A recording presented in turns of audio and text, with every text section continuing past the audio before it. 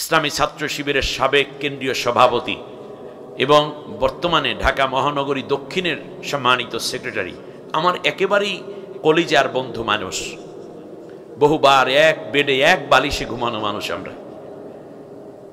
শুনুন, তার স্ত্রী প্রেগনেন্ট, 8 মাসের প্রেগনেন্ট, ভাবিও একজন ডাক্তার। ভাই তখন আত্মগোপনে চলে গেছেন সংগঠনের নির্দেশের আলোকে। এক পর্যায়ে ভাইকে না পেয়ে ভাবিকে র্যাবেরা গাড়িতে তুলেছে। যখন বলল যে দেখেন আমার তো 8 মাসের বেবি আমার পেটে, আমাকে একটু সাবধানে নেন, এ কথা শোনার পর গাড়ি জোরে টান মারছে, এমন রাস্তা দিয়ে গেছে যাতে চাকা লাফায় খালি গাড়ি। একদিন পরে ভীষণ অসুস্থ, ব্লিডিং হচ্ছে, হাসপাতালে ভর্তি। তারপরে সিজার করে বাচ্চাকে আনা হলো। একদিন ছিলেন আইসিইউতে, তারপরে এই শিশুটা ইন্তেকাল হয়। ভাবিও প্রায় মৃত্যুপ্রায় অবস্থায় পৌঁছে গেছিল। আমার বন্ধুগণ, নির্যাতন, ভাই চেয়েছিলেন জানাজায় আসবে এই ছেলেটার, কিন্তু দায়িত্বশীলরা বলছেন না, এই মুহূর্তে জানাজায় যাওয়া যাবে না। বাড্ডা এলাকায় 5 আগস্টে যখন অনেক লাশ পড়ে আছে, ছাত্রদের লাশ, ইউনিভার্সিটির ছাত্র যারা মেধার জন্য লড়াই করলো, এই ছাত্রদেরকে গুলি করে হত্যা করলো। হত্যা করার জন্য ভারত থেকে পুলিশ এনে তারপরে দেশের টাকা খরচ করিয়ে বেতন দিয়ে মুসলমান সন্তানদেরকে হত্যা করার জন্য ব্যবহার করা হয়েছে।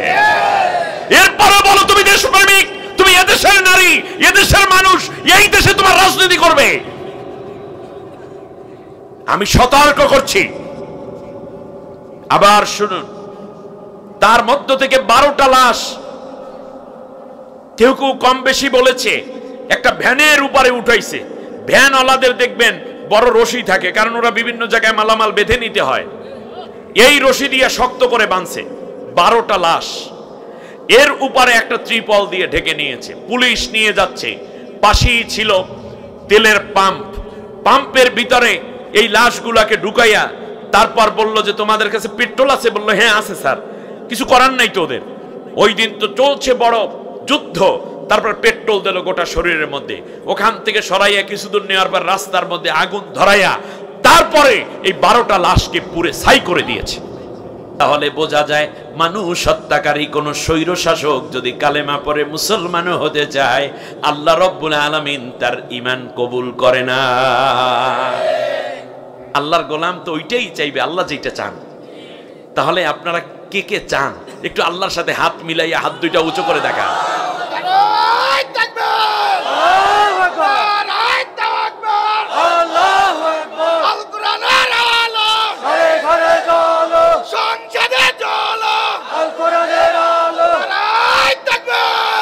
আল্লাহ কবুল করুন, বলেন আমিন।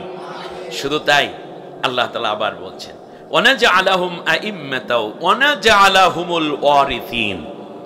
জালেম শাসকের অবর্তমানে তার যে চেয়ারটা খালি পড়ে আছে, পদ পদবী, সব পদগুলোতে তাদেরকে উত্তরাধিকার তথা ওয়ারিস বানাই দেব। বাবা মারা গেলে সন্তান যেমন ওয়ারিস হয় সম্পদের, সরকার চলে গেলে যারা আসে ওই আগের সরকারের ওয়ারিস হিসাবে আসে। খেয়াল করেছেন? এরপর আল্লাহ বলছেন, অনুমাক্কিনা লাহুম ফিল আরদ। জমিনের বুকে ওরা ছিল মুস্তাদআফিন, ইয়াস্তাদঈফু তাঈফাতাম মিনহুম। যেই দলটাকে তারা ছোট করত, অত্যাচারিত করে দিত, নির্যাতন করত, ওরা ছিল আগে দুর্বল। আমি আল্লাহ এখন তাদেরকে শক্তিশালী করে দেব। শক্তিশালী করবেন কে? ডিসিশন কার? আমেরিকার, ভারতের, চীনের? এই সিদ্ধান্ত কার? এই সিদ্ধান্ত আল্লাহ বাস্তবায়ন করবেনই করবেন। আমরা যদি আল্লাহর সাথে এক হয়ে যাই, আল্লাহর সিদ্ধান্তের সাথে, তাহলেই তো আমরা আল্লাহ ওয়ালা হয়ে যাই। ঠিক কিনা বলেন? অধ্যক্ষ মোহাম্মদ আব্দুল আলিম, বাগেরহাট 4 আসনের জামাত মনোনীত প্রার্থী। আল্লাহ তাআলা তাকে কামিয়াবি দান করুন, বলেন আমিন। তাহলে আমিন কয়ে বসে থাকলে হবে নাকি? কি করতে হবে? কাজ করতে হবে। বলেন কি করতে হবে? আপনারা কাজ করতে রাজি আছেন? কে কে রাজি আছেন হাত উঁচু করে আল্লাহকে দেখান তো। মাশাআল্লাহ, আল্লাহ কবুল করুন, বলেন আমিন। হাত নামাইয়েন না, আরো কথা আছে তো, সামনে কথা আছে। এই হাত উঁচু অবস্থায় আমি একটা হাদিস আপনাদেরকে শুনাই দিই। নবীজি বলেছেন ফাত্তাবিউ সিওয়াদাল আযম ফাইন্নাহু মান সাজ্জা ফিন্নার। একেবারেই বহুল পরিচিত এবং মশহুর হাদিস। নবীজি বলেছেন, যে রাষ্ট্রে তোমরা দেখবা ইসলাম প্রতিষ্ঠার জন্য, কোরআনের আইন প্রতিষ্ঠার জন্য যেই দলটা সবচেয়ে বেশি আগাইয়ে আছে, ওই দলটাকে তোমরা সমর্থন দিয়া তাকে রাষ্ট্র ক্ষমতার ভার তাদের হাতে উঠাইয়া দেবা। যদি এই উঠানো থেকে কেউ বিরত থাকো তাহলে সে জাহান্নামের মধ্যে পড়ে যাবা। তাহলে আপনারা বলুন, আগামী দিনগুলোতে বাংলাদেশে ইসলামী রাষ্ট্র প্রতিষ্ঠার জন্য সবচেয়ে বড় দল কোনটা? এটা নবীজির হাদিস, আমি বানিয়ে বলছি না, এখানে অনেক উলামা রয়েছেন। তো নবীজি বলছেন এই মুহূর্তে সামনে নির্বাচন, নবীজি আমাদের কাছে চিঠি পাঠাই দিয়েছে, যেই দল বড় চরমনের পিসাব, তবলিগ, কওমি, আলিয়াত, সেখান থেকে চরমনাই, সরসিনা, মোকামিয়া, ফুরফুরা, গুলিশাখালী মাদ্রাসা, আলিয়া মাদ্রাসা, কওমি মাদ্রাসা, দোকানদার, রিক্সা চালক, ভ্যান চালক হতে শুরু করে শিল্পপতি হতে শুরু করে স্কুল, কলেজ, ইউনিভার্সিটির ছাত্র ছাত্রী, অভিভাবক, সবাইকে আমি মুহাম্মদুর রাসূলুল্লাহ বলে দিলাম, যেই দলটি কোরআনের শাসন কায়েমে আগাইয়া গেছে ওই দলটাকে সমর্থন দিয়ে তোমরা তাড়াতাড়ি করে আল্লাহর বিধান প্রতিষ্ঠায় সহযোগী হয়ে যাও। আল্লাহ আমাদেরকে এই নোটিশ পালনের তৌফিক দিন। বলেন আমিন।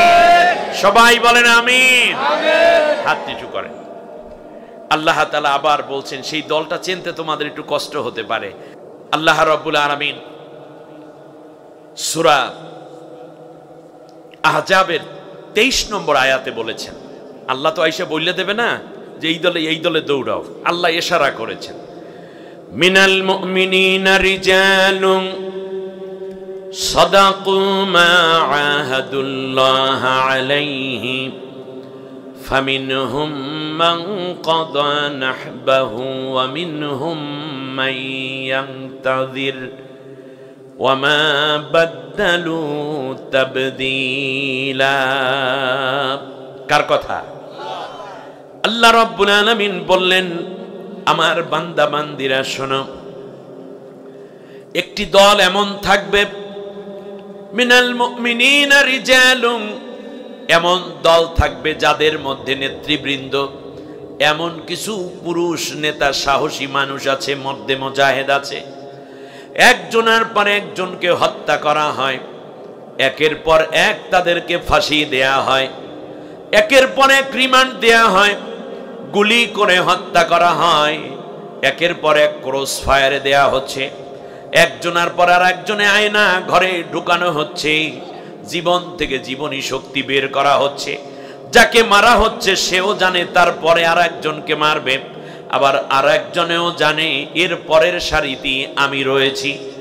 আল্লাহ রাব্বুল আলামিন বলেন, একের পর এক জীবন চলে যায়, একের পর এক ফাঁসির রশি থেকে দেহ, নিথর দেহগুলো নামায়, একের পর এক গুলি করে শেষ করা হয়, একের পর এক মৃত্যু কারাদণ্ড দেয়া হয়। কিন্তু এই ধরনের নির্যাতন, অত্যাচার কিংবা ফাঁসি তাদেরকে সত্য পথ থেকে পিছপা করে দিতে পারে নাই। একদিন তারা শপথ নিয়েছিল, ইন্না সালাতি ওয়া নুসুকি ওয়া মাহইয়ায়া ওয়া মামাতি লিল্লাহি রাব্বিল আলামিন, নিঃসন্দেহে আমার নামাজ, আমার কোরবানি, আমার জীবন, আমার মরণ বিশ্ব জাহানের পানলেওয়ালা আল্লাহর জন্য।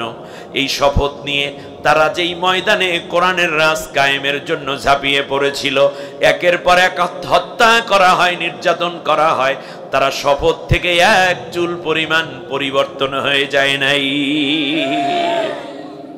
এরপরেও কি আল্লাহ চিনাইবে নাকি? একজনের পর একজনকে ফাঁসি দেয়া হচ্ছে, একের পর এক শেষ করে দেয়া হচ্ছে, তারা সব পালাইয়া পাকিস্তান গেছে নাকি? কি জালিম! 18টা বছর পর্যন্ত সব সময় গালি দিত এরা পাকিস্তানের দালাল, ওনার দল না করলেই পাকিস্তানের দালাল। কই 18 বছরে এত অত্যাচার, এত নির্যাতন, এত জুলুম, এত পীড়ন পাকিস্তান জামাতের কোন লোক কি বাংলাদেশ থেকে পাকিস্তান গেছে? শিবিরের কেউ গেছে? এমনকি বিএনপির কোন লোক যায় নাই, ঠিক না বলেন? কেউ যায় নাই। কিন্তু মাত্র 18-20 দিনের আন্দোলন, পোলা পাইনি কি নাকি কইল, ভয়ের চোটে তল্পা সহ যাইয়া ঠিকই তুমি তোমার দাদার দেশে উঠছো, তাহলে বোঝা যায় তুমি ওই দেশের দালাল ছিলা বাংলাদেশের মানুষকে নির্যাতন করার জন্য। যে যেই দেশের দালাল সে তো সেই দেশে চলে গেছে, আবার যাওয়ার সময় শুধু বুইনেরে আত্মরিয়া লইয়ে গেছে। দেশে যে কত ভাইরা পইরা রয়েছে তার খবর নাই। আর বাইরে এখন সিঙ্গেরা চাবায় আর চিন্তা করে কোন দিন আবার একটু মাথা উঁচু করবেন। একটু বন্ধ থাকতেই হবে, আপনাদেরকে প্রচন্ড ভালোবাসি, এই জন্য বললাম একটু চুপ থাকবেন। মাথা উঁচু করলে কিন্তু ঝামেলা, ঝামেলার খবর আমার কাছে আছে, আপনাদের কাছে নাই। কত বড় ঝামেলায় পড়বেন চিন্তাও করতে। ঠান্ডা মাথায় আছেন, 18 বছর বহুত কামাইছেন, ইঁদুরের গর্তের মতো বসে বসে খাইতে থাকেন। সাইদি সাহেব তো বইলেই গেছে ইঁদুরের গর্তেও পাবে না। ইঁদুর 6 মাস কামাই করে 6 মাস খায়। নাড়াচাড়া দিয়েন না, যা জোগাড় করছেন ওইগুলো খাইতে থাকেন, আর না হইলে লোডের তা খোলার তা সব যাইবে। আল্লাহ রব্বুল আলামিন এ কথাগুলো বলার পরে তৃতীয়বারে আবার বলছেন, শুনতেছেন আপনারা কথা, এগুলো সব কোরআনের কথা। অনুরিদু আন্নামুন্না আলাল্লাযীনা ইসতুদঈফু ফিল আরদি ওয়া নাজআলাহুম আইম্মাতাও ওয়া নাজআলাহুমুল ওয়ারিসিন অনুমাক্কিনা লাহুম ফিল আরদি ওয়া নুরিয়া ফিরআউনা ওয়া হামানা وجنودهما منهم ما كانوا يحذرون। কার কথা বিশ্বাস হয়? 99% পুরোপুরি বিশ্বাস হয়? কোনো অবিশ্বাস আছে? আল্লাহ রাব্বুল আলামিন বলেন অনুরিদু, আমি আল্লাহ সিদ্ধান্ত নিলাম। আল্লাহ রাব্বুল আলামিন যখন বলেন আমি ইচ্ছা করলাম, এই ইচ্ছাটা ইচ্ছা অর্থে থাকে না, ওটা আল্লাহর ডিসিশন, ওটা আল্লাহর কি সিদ্ধান্ত। অনুরিদু, আমি আল্লাহ সিদ্ধান্ত নিলাম, আন্না মুন্না, আমি অবশ্যই দয়া করব ওই দলটির উপরে, আল্লাযীনা ইসতুদঈফু ফিল আরদ, দেশের মধ্যে, জমিনের মধ্যে, রাষ্ট্রের মধ্যে যেই দলটি সবচেয়ে বেশি নির্যাতিত হয়েছে ওই দলটার উপরে দয়া করা আমি আল্লাহ সিদ্ধান্ত নিয়েছি। এখন আপনারা বলেন কোন দল সবচেয়ে নির্যাতিত হয়েছে আর আল্লাহর দয়াই বা কোন দলের উপরে পড়লো? আপনারা বুঝা বুঝা এখন থেকে সামনে চলবেন, বোঝার দরকার আছে, খুব বেশি সময় দেওয়া দরকার আছে, অন্টুর ব্যাপার, হিসাব মিলাই ফেলাইবেন। ওয়া নাজআলাহুম আইম্মাতান, আমি আল্লাহ আরো সিদ্ধান্ত নিলাম এই দলটাকে সব জায়গায় নেতা বানাইয়ে দেব। ওয়া নাজআলা, এটা কি জাআলা না নাজআলা? নাজআলা মানে মুতাকাল্লামের সিগা না, আমি আল্লাহ করে দেব। ডিসিশনটা নিয়েছেন কে? আল্লাহ তাআলা চান, আমার দিকে তাকান। আল্লাহ তাআলা বলছেন আমি সিদ্ধান্ত নিয়েছি এই দলটার উপর দয়া করব এবং এই দলের লোকদেরকে সব জায়গায় নেতৃত্বের আসনে বসাই দেব। ওয়ানাজআলাম, ইমামের বহু বচন কি? আইম্মা। আল্লাহ বলছেন একেবারে চৌকিদার থেকে ধরে প্রেসিডেন্ট, প্রধানমন্ত্রী পর্যন্ত সব জায়গায় এই দলের লোকদেরকে বসাই দেব। ডিসিশন কার? এইটা কে চান? জোরে বলেন না, আপনারা চান কিনা? আল্লাহর গোলাম তো ওইটাই চাইবে, আল্লাহ যেটা চান। তাহলে আপনারা কে কে চান? একটু আল্লাহর সাথে হাত মিলাইয়া হাত দুইটা উঁচু করে দেখা।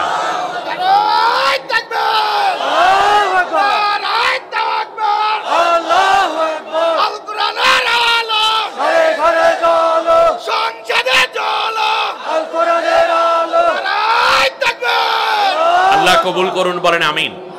শুধু তাই, আল্লাহ তাআলা আবার বলছেন ওয়ানাজআলাহুম আইম্মাতাও ওয়ানাজআলাহুমুল ওয়ারিসিন, জালেম শাসকের অবর্তমানে তার যে চেয়ারটা খালি পড়ে আছে পদ পদবী, সব পদগুলোতে তাদেরকে উত্তরাধিকার তথা ওয়ারিস বানাই দেব। বাবা মারা গেলে সন্তান যেমন ওয়ারিস হয় সম্পদের, সরকার চলে গেলে যারা আসে ওই আগের সরকারের ওয়ারিস হিসাবে আসে। খেয়াল করেছেন?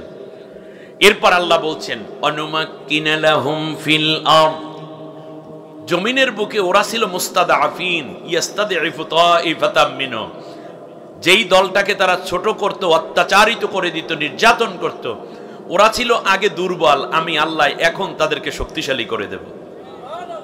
শক্তিশালী করবেন কে? ডিসিশন কার? আমেরিকার, ভারতের, চীনের? এই সিদ্ধান্ত কার? এই সিদ্ধান্ত আল্লাহ বাস্তবায়ন করবেনই করবেন। আমরা যদি আল্লাহর সাথে এক হয়ে যাই, আল্লাহর সিদ্ধান্তের সাথে, তাহলেই তো আমরা আল্লাহ ওয়ালা হয়ে যাই, ঠিক না বলেন? আল্লাহ তাআলা বললেন অনুমাক্কিন, আমি একটু আন্দাজ পাই। আজ থেকে নিয়ে কত বছর? 8 বছর আগে না, ওই জায়গায় মঞ্চটা ছিল, আমি তাফসীর করতেছিলাম, মাঝখানে বাধা। আরে রিজিক না থাকলে তো খাওয়া যায় না। আমার সামনে শিং মাছ, এই যেই আপনাদের নুরানি মাদ্রাসার মধ্যে শিং মাছ এত বড় বড়, আমার ভাইরা কত মহাব্বত করে শিং মাছ পুরো আস্ত রেখেছে 3-4 পিস আমার প্লেটের মধ্যে। কবুতরের ভুনা গোশত। আমাদের শহীদ ভাই কোথায় আছে? না না, এই শহীদ ভাই এই মাদ্রাসার, ওনার বাসা থেকেই মনে হয় না যেন কার বাসা থেকে খানা আসছিল। মুরগির গোশত, গরুর গোশত, কোরাল মাছ, এরপরে শাক আমি পছন্দ করি, কদুর তরকারি, এগুলো সব আমার সামনে। ভাতের 1 লোকমা খাবার দেওয়ার পরেই খবর আসলো পুলিশের গাড়ি আসছে আমাকে ধরার জন্য। আমার ভাইরা দৌড়ে চলে গেছে, গিয়ে বলল, ভাই দুঃখিত, আপনার খানা আজকে আল্লাহ রাখেন নাই। সেদিন হাত ধুয়ে বের হয়ে যাচ্ছে, আল্লাহকে বললাম, আল্লাহ আমার তো কোনো দোষ ছিল না, আমি তো কেবল তোমার কোরআনের কথাই বলেছিলাম। আজকে আমি তো জামাল উদ্দিন দেশের সাধারণ একজন নাগরিক, আল্লাহ আলেম বানিয়েছেন, এটা আল্লাহর বড় দয়া। আল্লাহ অন্যের বাড়ির লাঙ্গল আমার কাঁধে উঠায় নাই। হয়তোবা আমাকে আল্লাহ কুলি বানাইতে পারতেন, লবণের বস্তা, আলুর বস্তা কাঁধে করে টানতে, তা না করে আল্লাহ কোরআনের বোঝাটা কাঁধে দিয়ে দিছে। আল্লাহর শুকরিয়া, আল্লাহর দয়া এটা। সেদিন যাওয়ার সময় বলছিলাম, আল্লাহ আজকে যারা আমার খানা থেকে বঞ্চিত করলো, তুমিও একদিন এমন করে দিও যেন তাদের খানা তারা সামনে দেখবে কিন্তু খাওয়ার সুযোগটা না পায়। এটা হয়েছে কিনা? তাদের ব্যাপারে আল্লাহ কোরআনে স্পষ্ট কথা বলেছেন। আমার তখন কোরআন নিয়ে এত গভীরে আমি যেতে পারি নাই। আল্লাহ তাআলা বলছেন, কাম তারাকু মিন জান্নাতি ওয়া উয়ুন, তারা পালিয়ে যাওয়ার সময় কত রকমের ঝর্ণা ধারা, বাগ বাগিচা রেখে গিয়েছে, যায় নাই? লেকের মধ্যে মাছ আবার বড়শি দিয়ে ধরে, এগুলো ছবি পাঠায়। বাগ বাগিচার অভাব নাই। অজরুইন ওয়া মাকামিন কারীম, ফসল এবং জমকালো প্রাসাদ। জমকালো প্রাসাদ বুঝেন আপনারা? কত সিকিউরিটি, ভেতরে মোটা কার্পেট, হাঁটু সমান গেড়ে যাওয়ার অবস্থা, কত ফ্লেভার, কত আয়োজন, প্রতিদিন 1000 টাকার ফুল ঢুকতো ওখানে। এরপরে জমকালো ফসল, বুঝেন? জুরউইন ওয়া মাকামিন কারীম, মানে এই যে টমেটো গাছ, বেগুন গাছ, শশা, কত ফল ফসলে ভরা ছিল না চারপাশ। পোলাপাইন এগুলো ভাগ করে নিয়ে গেছে। শুধু তাই না, আল্লাহ তাআলা বলছেন, ওয়া না'মাতিন কানু ফিহা ফাকিহিন। এটা আমার কথা, এটা কিন্তু আল্লাহর কথা। ওয়া না'মাতিন কানু ফিহা ফাকিহিন। শুধু এটাই না, আরো অনেক খাবার দাবার নেয়ামত তারা গচ্ছিত করে রেখেছিল, জমা করে রেখেছিল ফ্রিজের মধ্যে। বড় বড় পাঙ্গাস, নদীর পাঙ্গাস, এই অঞ্চল থেকে পাঠানো মোটা মোটা গলদা চিংড়ি, বাগদা, ইলিশ মাছ, কোরাল মাছ, রুই, কাতলা তো কোনো ব্যাপারই না। লেকের মধ্যে হাঁস, বড় বড় রাজহাঁস, মুরগি, দেশি মুরগি পিস পিস করে কাটা আছে ডিপ ফ্রিজে। একটা ফ্রিজ, কত ফ্রিজ! আল্লাহ তাআলা বলেন, শুধু এটাই না, তারা যখন চলে গেল তখন তাদের প্রাসাদগুলোর মধ্যে পাওয়া গেল তারা ফুর্তি করার জন্য নারী এনে যে আনন্দ, উত্তেজনা এবং অশালীন কাজ করত, সেই উপাদানগুলো তাদের বিল্ডিংয়ের মধ্যে পাওয়া গিয়েছিল। এটা ফেরাউনের কথা কইছে আল্লাহ। যুগে যুগে ফেরাউনদের ঘর বাড়িতে এই জিনিসগুলো পাওয়া যায়, ঠিক না বলেন? আল্লাহ রাব্বুল আলামিন বলেন, শোনো, এই গেল তার বিদায়ের সময়, সামনে রান্না করা খাবার বুফের মধ্যে সাজানো। আপনি কি মনে করেছেন? চিন্তা করেছিল যে ছাত্র আন্দোলন যারা করছে এদেরকে হত্যা করে, গ্রেপ্তার করে, রক্তের বন্যা বহাইয়া, প্রয়োজনে লাখো লাশ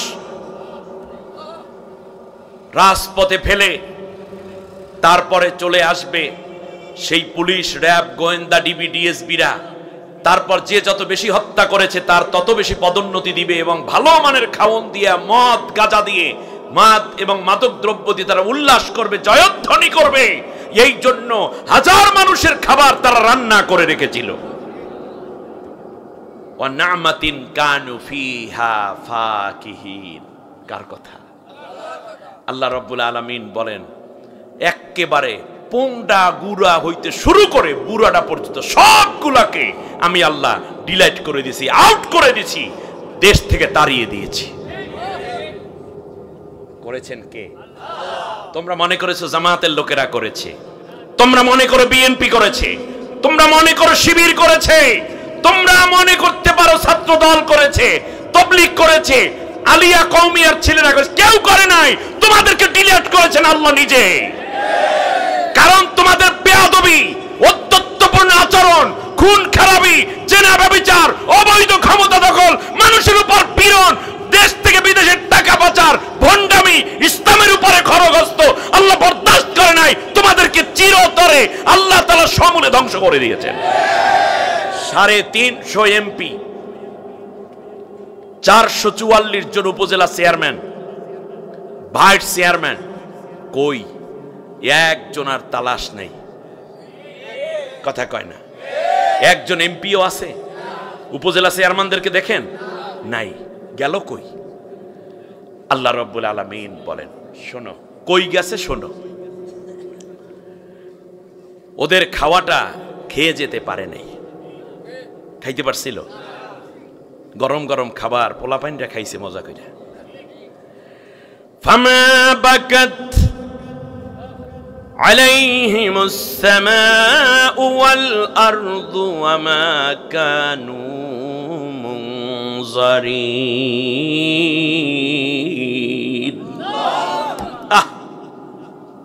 আল্লাহ রাব্বুল আলামিন বলেন, স্বৈর শাসকের যেই দিন পতন হয়ে যায়, সবচেয়ে বড় আলামত হলো তার জন্য পৃথিবী এবং জমিনে কেউ একটুও কান্না করে না।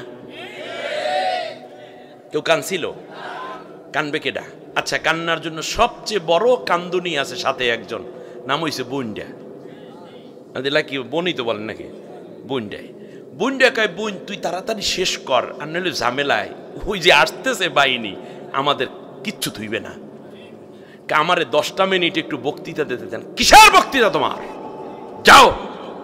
নিজের লোক নিয়োগ দিয়েছে সেনাবাহিনীতে, কিন্তু সেনাবাহিনী তার মোরালিটির জায়গায়, নৈতিকতার জায়গাটা তো দুর্বল করতে পারে না, ঠিক না বলেন?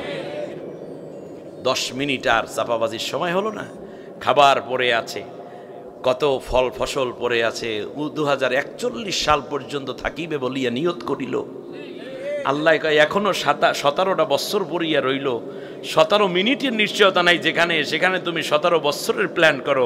প্ল্যান আমারটা বাস্তবায়িত হবে, তোমারটা নয়। বাস্তবায়িত হবে কারটা?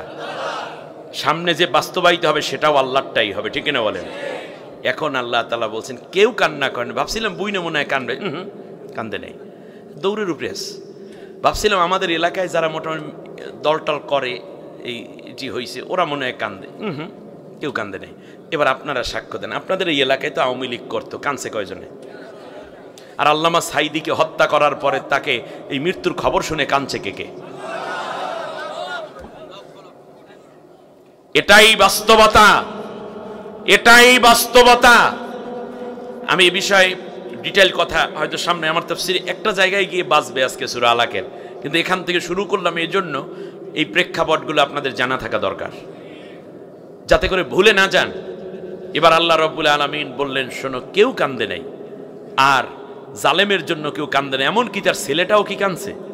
টেলিভিশনের সামনে আইসা কমপক্ষে টিস্যু পেপার একটা লইয়াতে একটু কান্দতে হতে পারে, কি কানবে আন্দাজি? এ কইতেছে কোনো চিন্তা নাই, আমরা আর কোনোদিন রাজনীতি টাজনীতি করবো, 2 দিন পর কেলা আবার চালাবো। মাথা নষ্ট। এবার খেয়াল করেন, এই যে বিষয়গুলো, কেউ কান্না, তার মেয়েটাও কান্না করে নাই, এবং কান্না করার কোনো পরিবেশও ছিল না।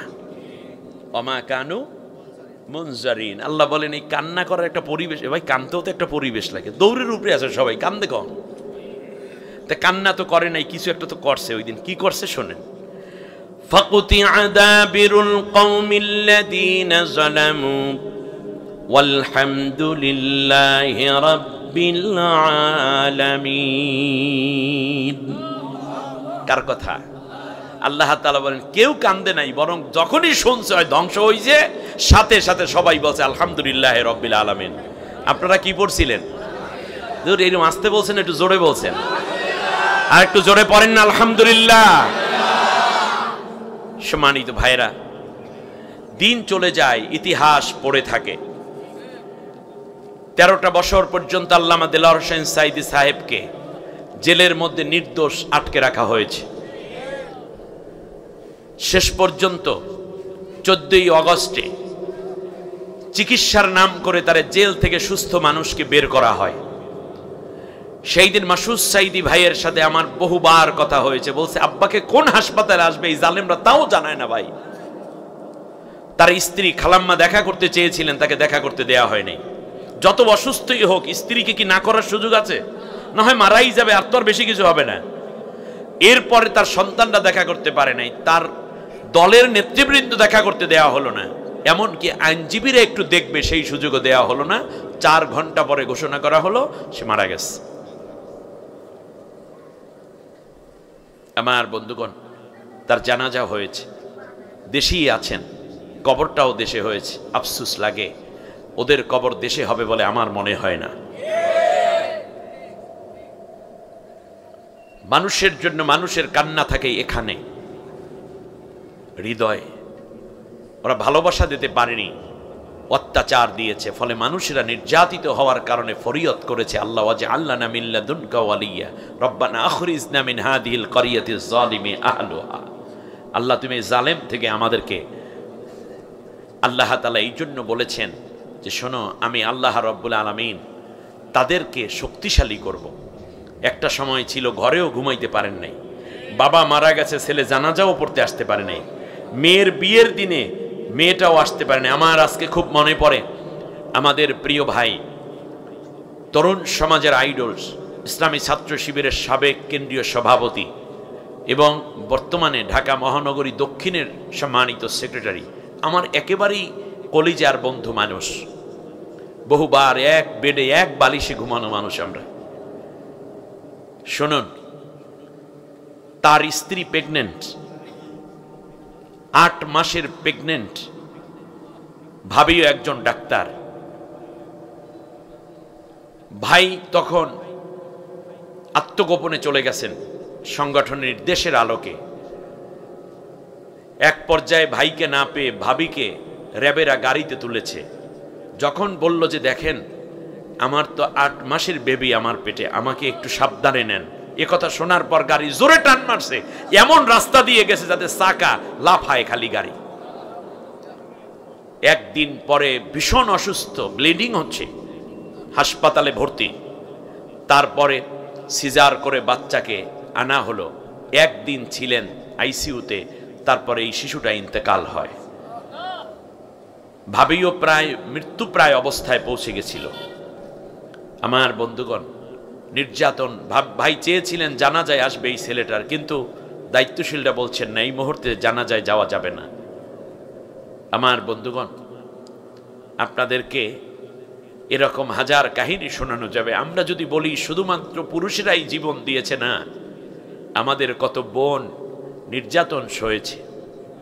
আপনি কি ভাবতে পারেন 11টা বছর পর্যন্ত আরমানের স্ত্রী, স্বামী বেঁচে আছে এরকম কোনো নিশ্চয়তা নাই, কিন্তু এরপরও 2টা মেয়ে, আমরা একই বাসায় দীর্ঘদিন ছিলাম পাশাপাশি, দেখেছি 2টা মেয়ে মনে হয় যেন ডুয়েল বেবির মতো, কিন্তু তাকে বিয়ের কথা তার ভাইয়েরা, উজাইর ভাই সহ তার ভাইয়েরা যারা আছে সবাইকে বলেছে, না, যদি দুনিয়ায় স্বামী না পাই জান্নাতের সিঁড়িতে আল্লাহ দেখা করাই দেবে। মীর কাসিম আলীর সন্তান, বাবার ওসিয়ত ছিল আমার ফাঁসি হওয়ার পরে আমার সন্তান যেন আমার জানাজাটা পড়ায়। একজন ব্যারিস্টার ছেলে, অপরাধ ছিল তার, আমান আজামি, সে কি অপরাধ করেছে। শফিকুল ইসলাম মাসুদ ভাই এখনো বলেন যে আমাকে আল্লাহ 3টা সন্তান এখনো দিয়েছেন, কিন্তু সবচেয়ে বেশি মায়া আমার না দেখা ওই ছেলেটার প্রতি, যে একদিন জীবিত থাকার পরে আল্লাহ যাকে নিয়েছেন ওই শাহাদাতের সিঁড়ি বেয়ে হয়তো আল্লাহ তাআলা জান্নাতে আমার সন্তানকে একত্রিত করে দিবেন। আপনারা কি মনে করেছেন? আল্লাহ রাব্বুল আলামিন বলেন নুমাক্কির লাহুম ফিল আরদ, জমিনের বুকে ওই দুর্বলদেরকে আমি শক্তিশালী করে দেব। আমার ভাইকে জিজ্ঞেস করেন না, আব্দুল আলিম সাহেবকে, এখন ডিসি কয়বার কল দেয়, পুলিশ কোথাও যাওয়ার আগে জিজ্ঞেস করে স্যার আজকে এই চিন্তা করব কিনা না করব। এর মানে হচ্ছে যদি জামাত ইসলামের লোকেরা চাইতেন আওয়ামী লীগের হাড্ডি গুঁড়া করে কুত্তারে খাওয়াই দিতে পারতে, ঠিক না বলেন? কিন্তু তোমাদের মতো এত অমানুষ না। এরপরেও বলি, বাংলাদেশ নিয়ে যদি কেউ সিনেমিনি খেলতে চায় তাহলে সে রেহাই পাবে না। চুপ থাকতে হবে আপনাদেরকে। অত্যাচার যা করেছেন, যাওয়ার সময় হাজার হাজার তরতাজা প্রাণের উপরে গুলি ছুঁড়ে হত্যা করে গেছে। এমনকি আমি আশ্চর্য হয়ে যাই, যাওয়ার সময় কতগুলো হাত পা কাটা রুগী আজকে দেখছি, 2324 জন হাত পা কাটা। এরা সব আন্দোলনকারী ছিল। এমন গুলি মেরেছে যেই গুলি শরীরের ভেতর ঢোকার পরে এমন বিষ ছড়িয়েছে যেই বিষের কারণে গোটা শরীর ক্যান্সার হয়ে যাবে। ডাক্তার বলছে তাড়াতাড়ি পাটা কেটে ফেলো, আর না হলে বাঁচানো যাবে না। কারো গলার ভিতরে এখনো গুলি, বুলেট, কারো হাড়ের ভিতরে, কারো দাঁড়ার ভিতরে, কারো মেরুদণ্ডে, কারো রানের ভিতরে, কার পায়ের ভিতরে, অনেকের এই পর্যন্ত 2336 জনের হাত, 24 জনের হাত পা কেটে ফেলেছে। প্রায় 3000-এর উপরে ছাত্র ছাত্রী চিরতরে অন্ধ হয়ে গেছে। এত বেশি বুলেট চেহারার উপরে পড়েছিল সররাগুলো, যাতে করে চোখের ভিতর যাওয়ার কারণে চোখের মনি, লেন্স সব নষ্ট হয়ে শেষ হয়ে গেছে।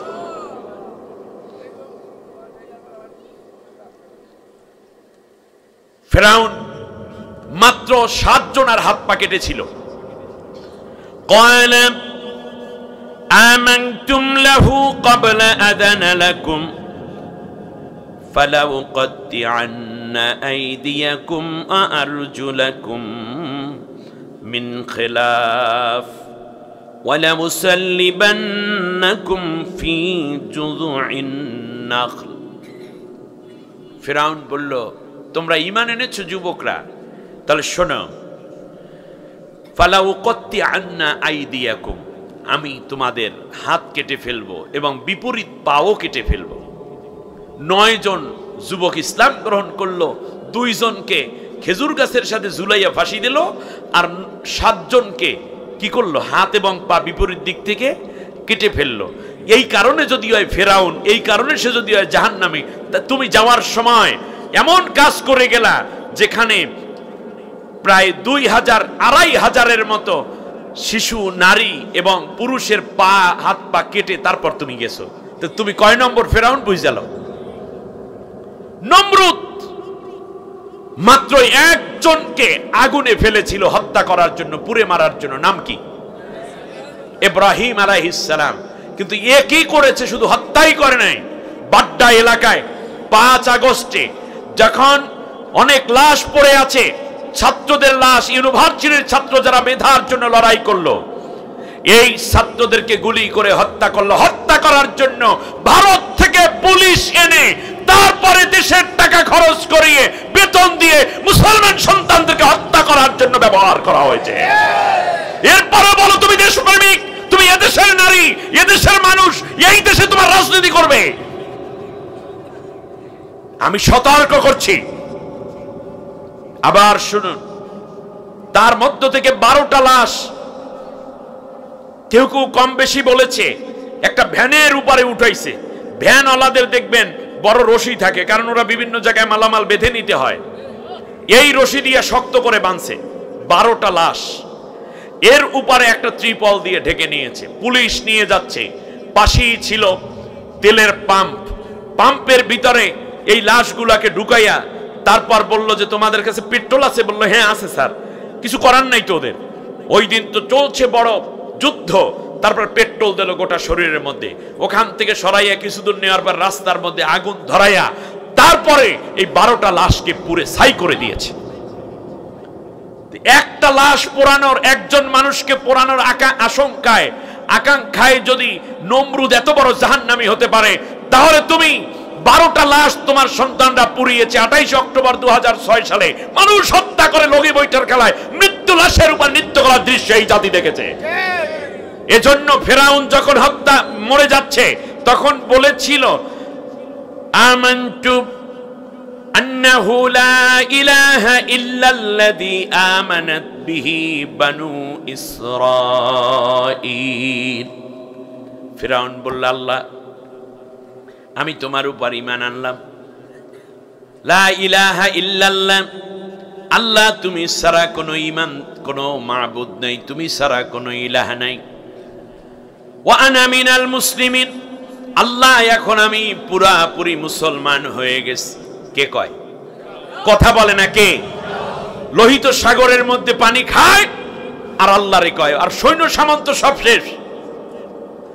এবার ডাক দিয়ে বলছে, আল্লাহ আমি ঈমান আনছি তোমার উপরে, তুমি বিশ্বাস করো না? আল্লাহ, ওই যে বনী ইসরাইল লোকেরা যার উপর ঈমান এনেছে আমি তার উপর ঈমান আনছি। আল্লাহর ঈমান আনলে আর আল্লাহর তাফসীর করার দরকার আছে? আল্লাহ রাব্বুল আলামিন বললেন, তুমি এখন মুসলমান হইছো, ঈমানদারও হইছো, কিন্তু তোমার অবস্থা তো এইরকম ছিল না।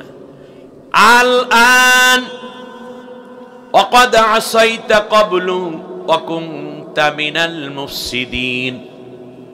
এখন তুমি ঈমান এনেছো বলে দাবি করো, অথচ তুমি দুনিয়ায় যতক্ষণ রাষ্ট্র ক্ষমতায় ছিল ততক্ষণ তুমি ছিলা স্বৈর শাসক। অতএব আমি তোমার ঈমান কবুল করলাম না। তাহলে বোঝা যায় মানুষ হত্যাকারী কোন স্বৈর শাসক যদি কালেমা পড়ে মুসলমানও হতে চায়, আল্লাহ রাব্বুল আলামিন তার ঈমান কবুল করে না। ফালিয়াউমা নুনাজ্জিকা বিবাদানিকা লিতাকুনা লিমান খালফাকা আয়া ওয়া ইন্না কাসীরাম মিনান নাসি আন আয়াতিনা লাগাফিলুন। আল্লাহ রাব্বুল আলামিন বললেন, ফিরাউন, আজ থেকে আমি তোমার লাশটাকে সংরক্ষণ করলাম। এই পৃথিবীর কোন পোকামাকড় তোমার লাশকে স্পর্শ করবে না, খাবে না। নদীর পানি তোমার লাশ গালাবে না, এমনকি হাঙ্গর কুমির পর্যন্ত তোমারে খাবে না, মাটি তোমার দেহটাকে মজাইয়া দিবে না।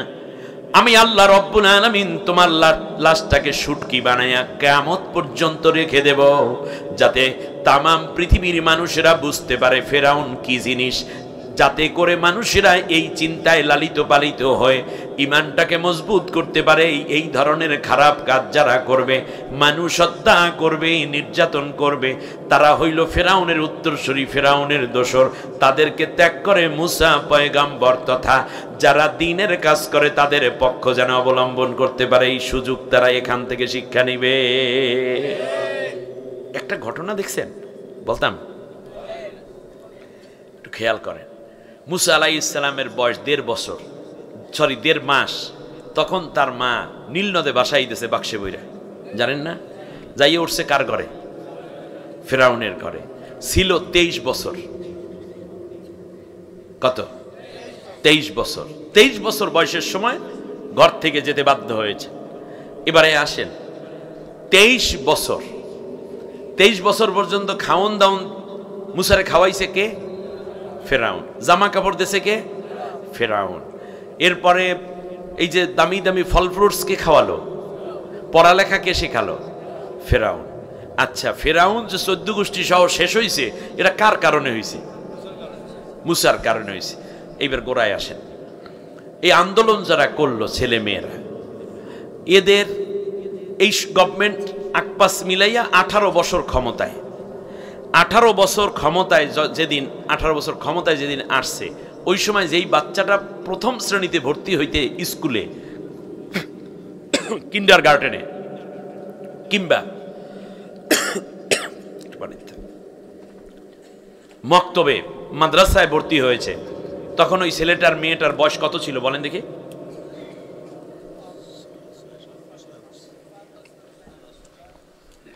5 বছর। আলহামদুলিল্লাহ, ধরেন 5 বছরই প্রাইমারিতে ভর্তি হয়। 5 আর 18 কয় বছরে? এই আন্দোলন যারা করছে, যেই ছেলে মেয়েরা ইউনিভার্সিটির, কলেজের, হাই স্কুলের, এদের বয়স সর্বোচ্চ 23 থেকে 25 আর নিচে 10 থেকে 15 মধ্যে, ঠিক কিনা বলে? তা যেই মুসার কারণে ফেরাউন মাইডিয়া খাইল, এই গভর্নমেন্ট টাকা দেছে বাচ্চাদেরকে, উপবৃত্তি, বই দেছে ফ্রি, পোশাক দেছে, সকালে বিস্কুট খাওয়াইছে, এরপরে বিনা পরীক্ষায় পাশ করাইছে, অটো পাস, ঠিকই না এখন? এরপরে কত সুবিধা দিল, এই ছেলে মেয়ে একত্রে থাকবি, রাত্রে প্রয়োজনে ছেলের হলে মেয়েরা যাইস, মেয়েদের হলে ছেলেরা যাইস, কেউ জিগাইবে না, কিচ্ছু করতো না। এত সুযোগ সুবিধা শেষকালে মাটিয়া খাইছে কারাতে।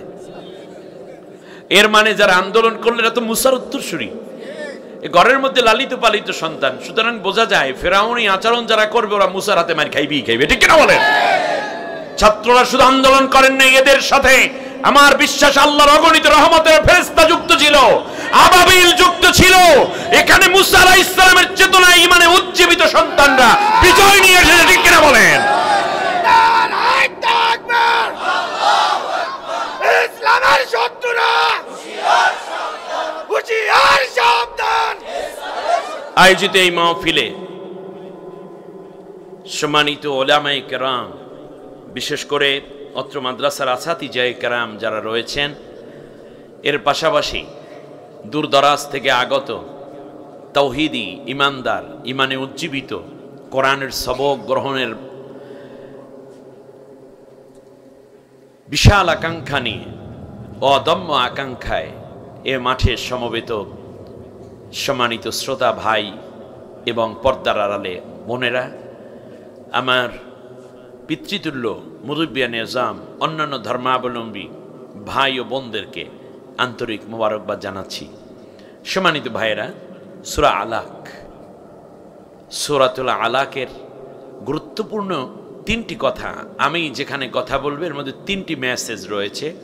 আশা করছি এ তিনটি বিষয়কে আমরা ধারণ করে আমাদের বাকি জীবন যাপন করব ইনশাআল্লাহ, বিমাশিয়াতিল্লাহ ও বিফাদলিল্লাহ। আমার সাথে সবাই পড়ে না, আউযু বিল্লাহি মিনাশ শাইতানির রাজিম, বিসমিল্লাহির রাহমানির রাহিম। বিতাড়িত অভিশপ্ত শয়তানের ওয়াসওয়াসা থেকে আল্লাহর আশ্রয় চাই।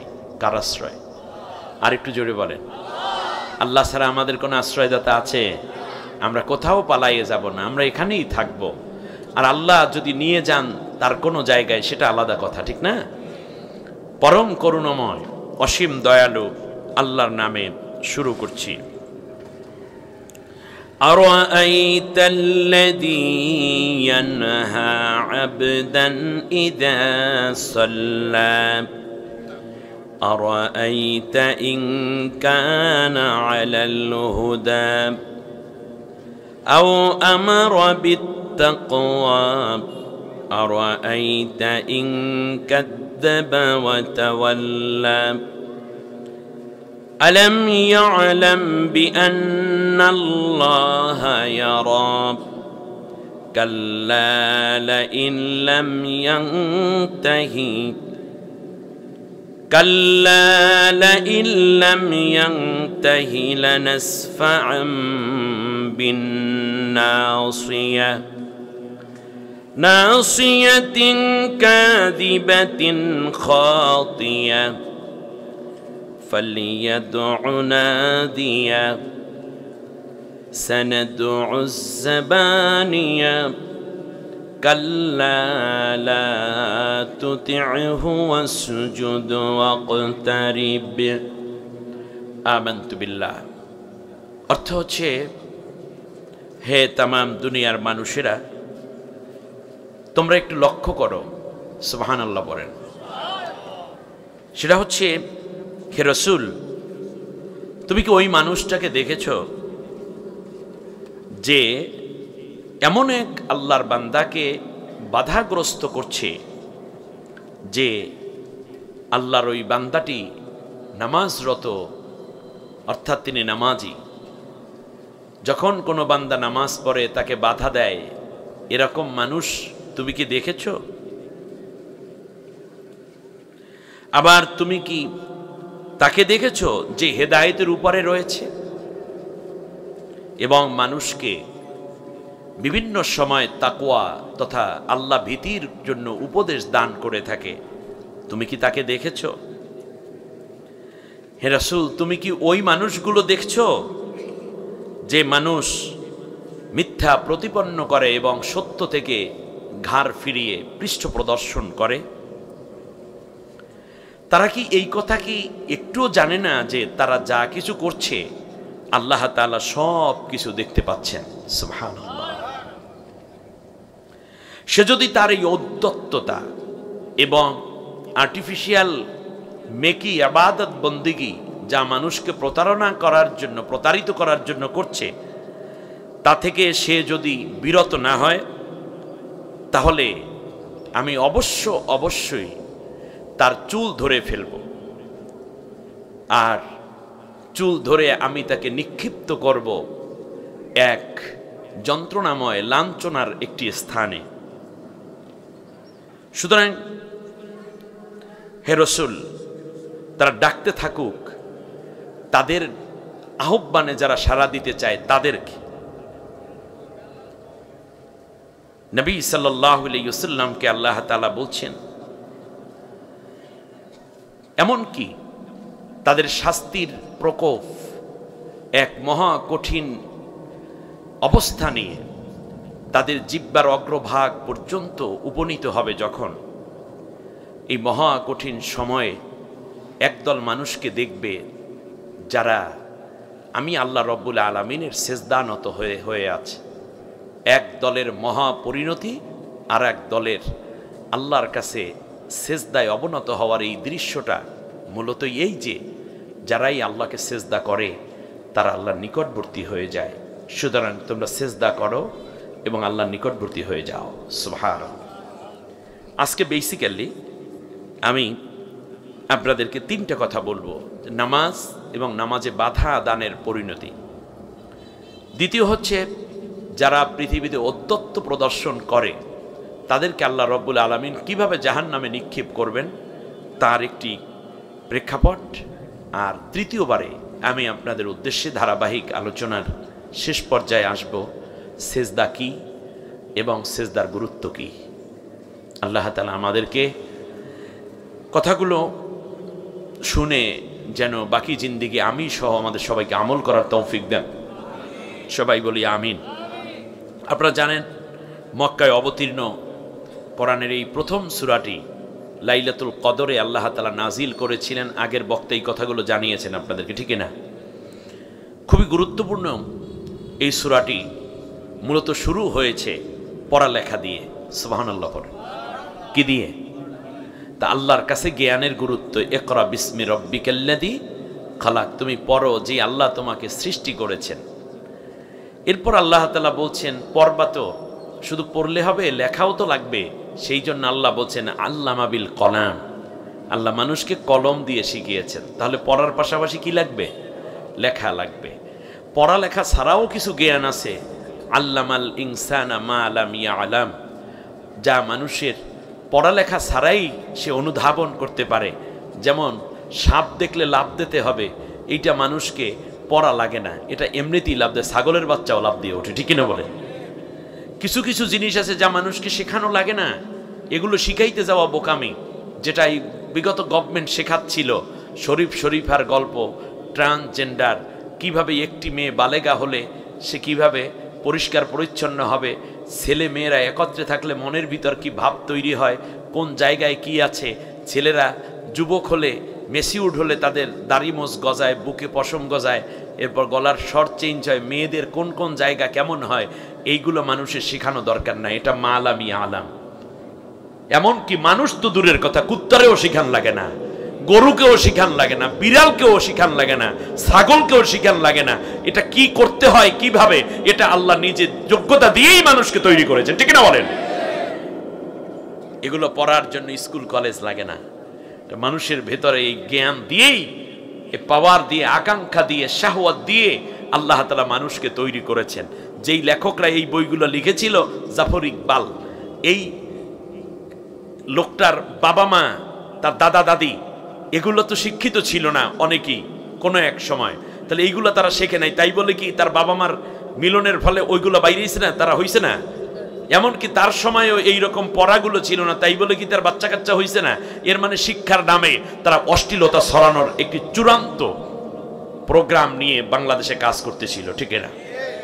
আল্লাহ আমাদের হেফাজত করেছেন। আচ্ছা, যাই হোক, আমরা চলে আসছি। আল্লাহ তাআলা বলছেন, হে রাসূল, তুমি কি ওই লোকদেরকে দেখেছো যারা নামাজ পড়তে মানুষকে বাধা দেয়? মানুষ পড়তে কি বাধা দেয়? আল্লাহ রাব্বুল আলামিন বলেন, শোনো, ওমান আযলামু মিম্মান মানাআ মাসাজিদাল্লাহি আইয়ুযকারা ফি। ওই ব্যক্তির চেয়ে বড় জালেম এই পৃথিবীতে আর কে আছে যে মসজিদে নামাজ পড়তে যেতে বাধা দেয়? ভারতে 1660 বছরের পুরানো বাবরি মসজিদ, সেই মসজিদ ভেঙে জালেম সরকার, হিন্দুত্ববাদী ফ্যানিটিক্যাল হিন্দু বাই কাস্ট, সে ওখানে নাকি তাদের রাম কোনদিন আইসা বসছিল। 1560 বছরের পুরানো বাবরি মসজিদ ভেঙে সেখানে তারা রাম মন্দির বানিয়েছে। এ পর্যন্ত হাজারো মসজিদে আগুন জ্বালিয়ে পুড়িয়ে দিয়েছে। গুজরাটের কসাই বলা হয় যাকে, সে এখন ওই দেশের প্রেসিডেন্ট হয়ে বসে আছে, প্রধানমন্ত্রী হয়ে বসে আছে। মানুষকে বাধা দেয় মসজিদে যেতে। বাইতুল মুকাররমে কত যে রক্ত ঝরল এই পর্যন্ত। মুসল্লিরা যাবে, আগে হাজার হাজার পুলিশ মুসল্লিদেরকে তল্লাশি করছে। ইমাম সাহেব নামাজ পড়াবে, খুতবার মধ্যে একটুখানি সত্য কথা বলেছে, অন্যায়ের বিরুদ্ধে বলেছে, মাজলুমের পক্ষে একটুখানি কথা বলেছে, সাথে সাথে ইমামের বিরুদ্ধে মামলা, পুলিশের গাড়ি হাজির, জেলের মধ্যে নিয়ে রিমান্ড। ঘটনা ঘটছে কিনা? মসজিদে বাধা, নামাজে বাধা, এখন ওই বাধাটা আছে। এই জন্য সবাই আলহামদুলিল্লাহ বলবেন না? আমরা কার বিরুদ্ধে কথা বলি? অন্যায়ের বিরুদ্ধে কথা বলি। উলামায়ে কেরামগণ এই কথা বলেছেন, বলবেন এবং বলে যাবেন, ঠিক না? বলেন, কোনো কম্প্রোমাইজ হবে না। বাংলাদেশ থেকে 36,000 কোটি টাকা, কত টাকা? 36,000 কোটি একটা মানুষে পাচার করলো। এরপরেও তার টাকা আছে। এই বুইরা বেটা, দাড়ি পাকা, চুল পাকা, দেশের মানুষেরা তাকে দরবেশ কয়ে ডাকত। 36,000 কোটি টাকা পাচার করলো। এর কত লক্ষবার ফাঁসি দেওয়া উচিত। শেষ পর্যন্ত চিন্তা করলো, আই তো শেষ, এইবার হুশ হইছে। বাঁচার জন্য নিজের দাড়ি মোষ সব কামাইছে, দাড়িও কামাইছে, মোষও কামাইছে, মাথার সাদা চুল গুলারে কলব দিয়া কালো করছে। আমি বানাই বলতেছি মনে, হ্যাঁ? অত ইজ্জু মান তাশা ওয়া তুযিল্লু মান তাশা। এ ক্ষমতা তোমাকে লাঞ্ছিত করেছে। কে বলেছে তোমাকে চুরি করতে? তোরা চোর! লজ্জা নাই, শরম নাই? আমার দেশের মানুষের টাকাগুলো ব্যাংক থেকে, শেয়ার মার্কেট থেকে লুটপাট করে নিয়ে গেছে। আহা, শেষ পর্যন্ত কি করলো? ঘুরে দাঁড়াতে বাংলাদেশকে অনেক সময় লাগবে।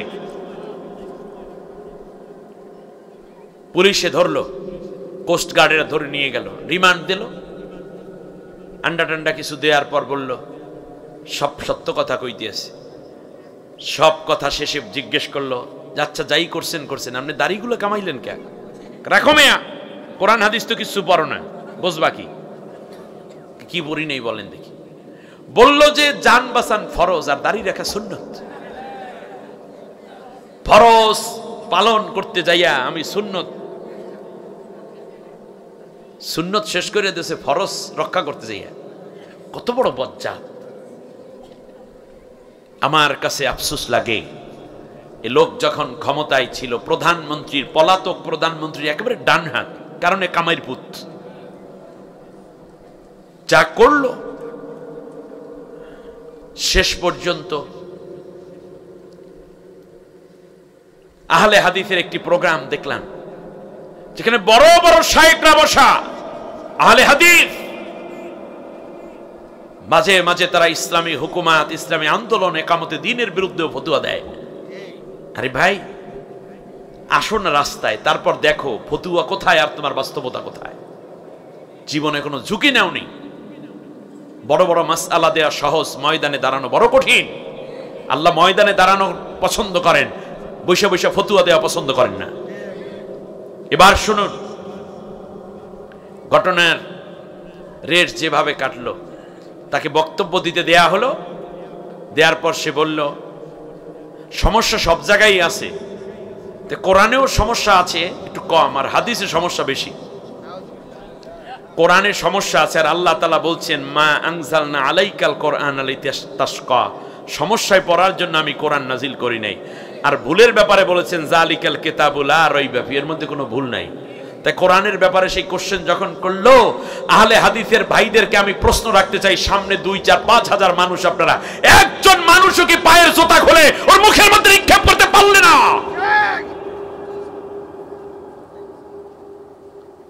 নবীর হাদিসকে তো সে পুরাপুরি প্রশ্নের মধ্যে নিয়ে গেল।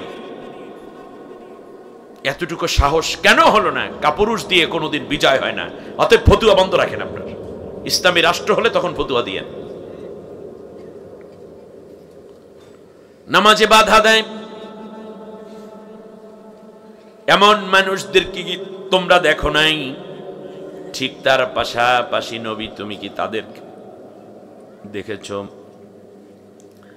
ইন কানা আলাল হুদা আও আমারা বিত্তাকওয়া, মানুষকে তাকওয়ার কথা বলে, তাকওয়ার নির্দেশ দেয় এবং মানুষকে হেদায়েতের পথে ডাকে, নিজেও হেদায়েতের উপর থাকে। সুবহানাল্লাহ। কিসের আহ্বান করে? তাকওয়া। দিনের ভোট রাত্রে ভৈরা দিও, এইটা কি তাকওয়ার ট্রেনিং না ডাকাতের ট্রেনিং? এই জন্যই তাদের ছেলেদেরকে যখন ধরা পড়ে ইউনিভার্সিটির হলগুলোতে, আপনারা দেখবেন পায় কি মাদক, পায় গাঁজা, ফেন্সিডিল, কোকেন, তারি, মারজুয়ারা, পেথিডিন, ইয়াবা, হিরোইন, এগুলো পায়। পায় মেয়েদের ড্রেস, পায় টাকা, পায় হকি স্টিক, রড, পায় রামদা, চাপাতি, পায় রিভলভার, AK-47, হেলমেট। আমার দেশের লক্ষ লক্ষ মেধাবী যুবককে তাদের দলে ভিড়াইয়া ডাকাত বানিয়ে দিয়েছে। ঠিক কিনা বলেন? এক ছাত্রকে লিলিয়ে দিয়ে আরেক ছাত্রকে হত্যা করার জন্য। সাংবাদিকদের একটি রিপোর্ট আছে, যেই রাত্রে হামলা করা হয়েছিল পুলিশের ছত্রছায়ায় ছাত্রলীগেরা, সেই দিন আন্দোলনকারী অনেক মেয়েদের শারীরিকভাবে তারা লাঞ্ছিত করেছে। আমার বোনদেরকে, তোমারই ইউনিভার্সিটির স্টুডেন্টদেরকে তোমরা লাঞ্ছিত করেছো। তোমরা কি আসলে তোমরা কি? আর একদল মানুষেরা তাকওয়ার পর প্রশিক্ষণ দেয়। ছাত্রদেরকে বলে কোরআন পড়ো, হাদিস পড়ো, ইসলামী সাহিত্য পড়ো, 5 ওয়াক্ত নামাজ জামাতে পড়ো, সত্য বলো, মিথ্যা কথা বলো না, মা বাবার সেবা করো, দাঙ্গা হাঙ্গামা করো না, আল্লাহর কোরআনের রাজ কায়েমের জন্য নিজের সিদ্ধান্ত নাও। বলুন দেখি, আগের দল নামাজে বাধা দেয় আর এক দল তাকওয়া শিক্ষা দেয়, 2 দল কি কোনোদিন সমান হতে পারে? সলিমুল্লাহ মুসলিম হল, সেখানে 17টা বছর পর্যন্ত এরা ক্ষমতায় থাকার কারণে আজান দিতে নিষেধ করে দিয়েছে, আজান দেওয়া বন্ধ ছিল সলিমুল্লাহ মুসলিম হলের মসজিদে। আপনারা জানেন,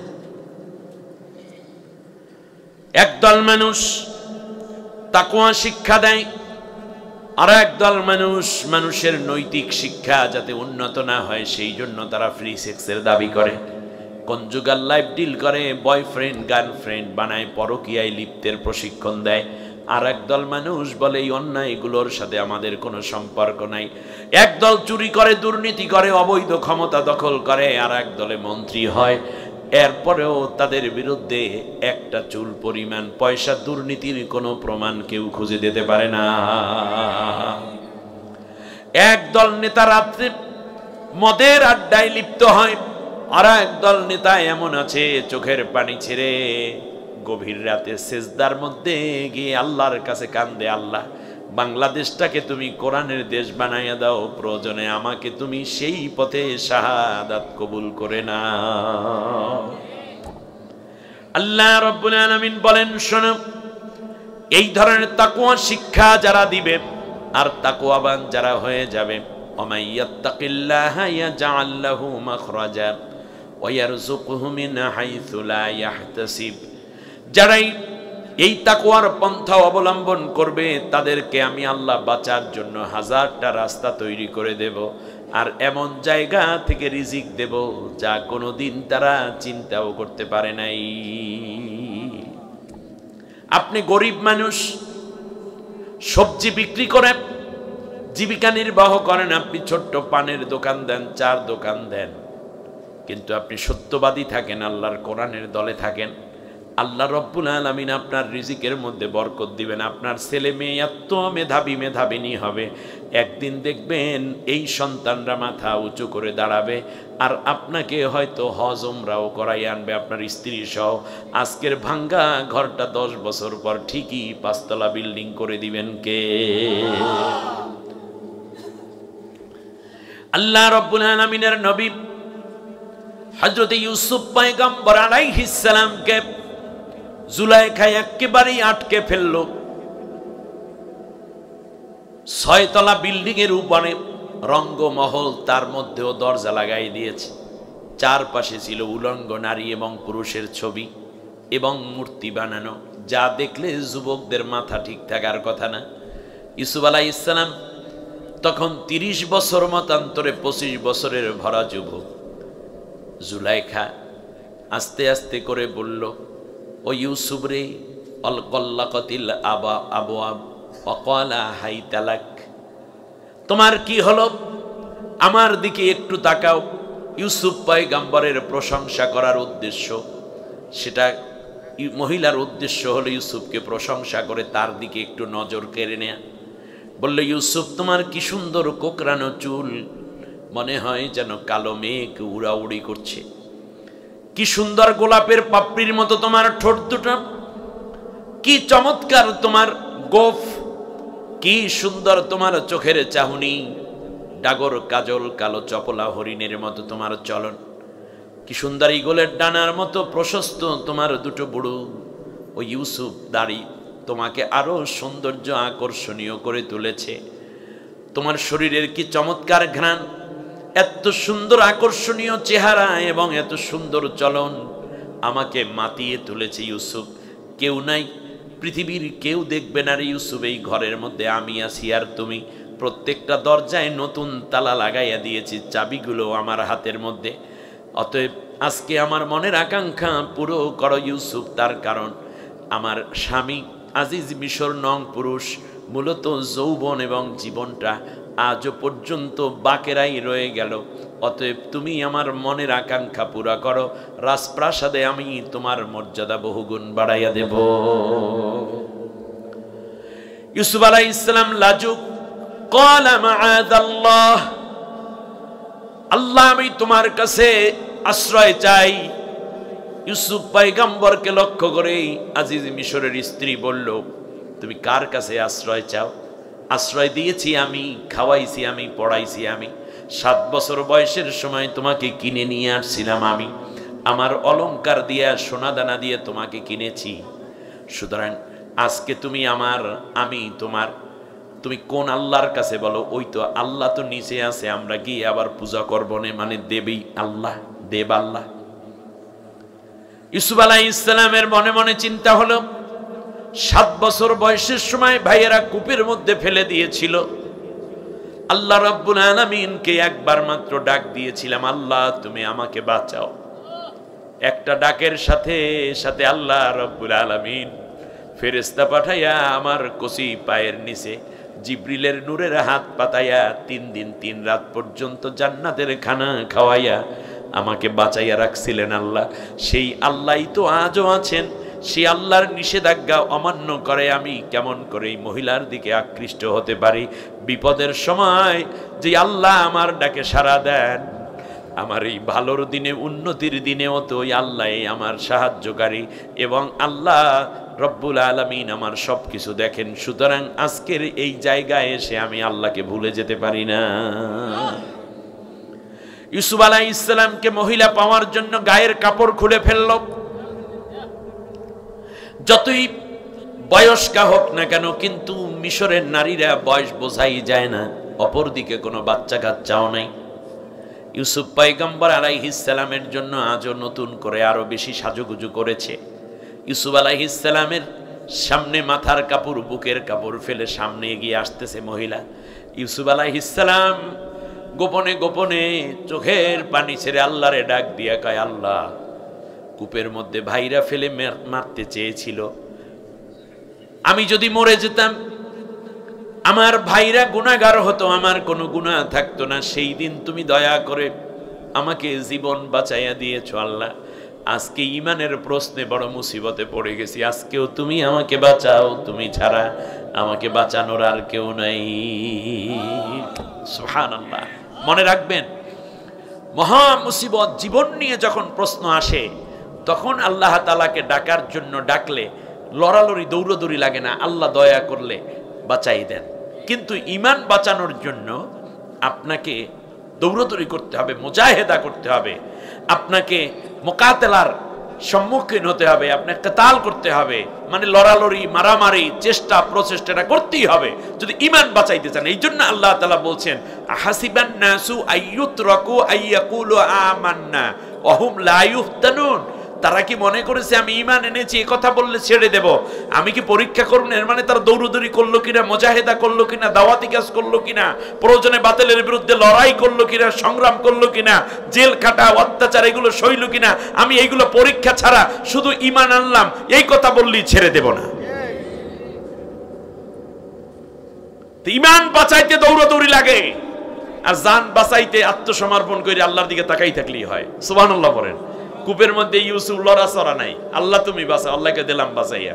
কিন্তু ঈমান বাঁচানোর জন্য মহিলা আসবে তার কাছে, ইউসুফের একটু কিস করবে, ইউসুফের বুকের মধ্যে জড়াই ধরবে, মহিলার খালি গাও, তাই ইউসুফ তখন ঈমান বাঁচাইবে কেমনে? ঝামেলায় পড়ার 100 সম্ভাবনা, ঠিক না বলেন? এখন আল্লাহ কয় যদি ঈমান বাঁচাইতে হয় একটু দৌড় দেওয়া লাগবে তোমার। ইউসুফ পয়গম্বর আলাইহিস সালাম দৌড় দিলেন।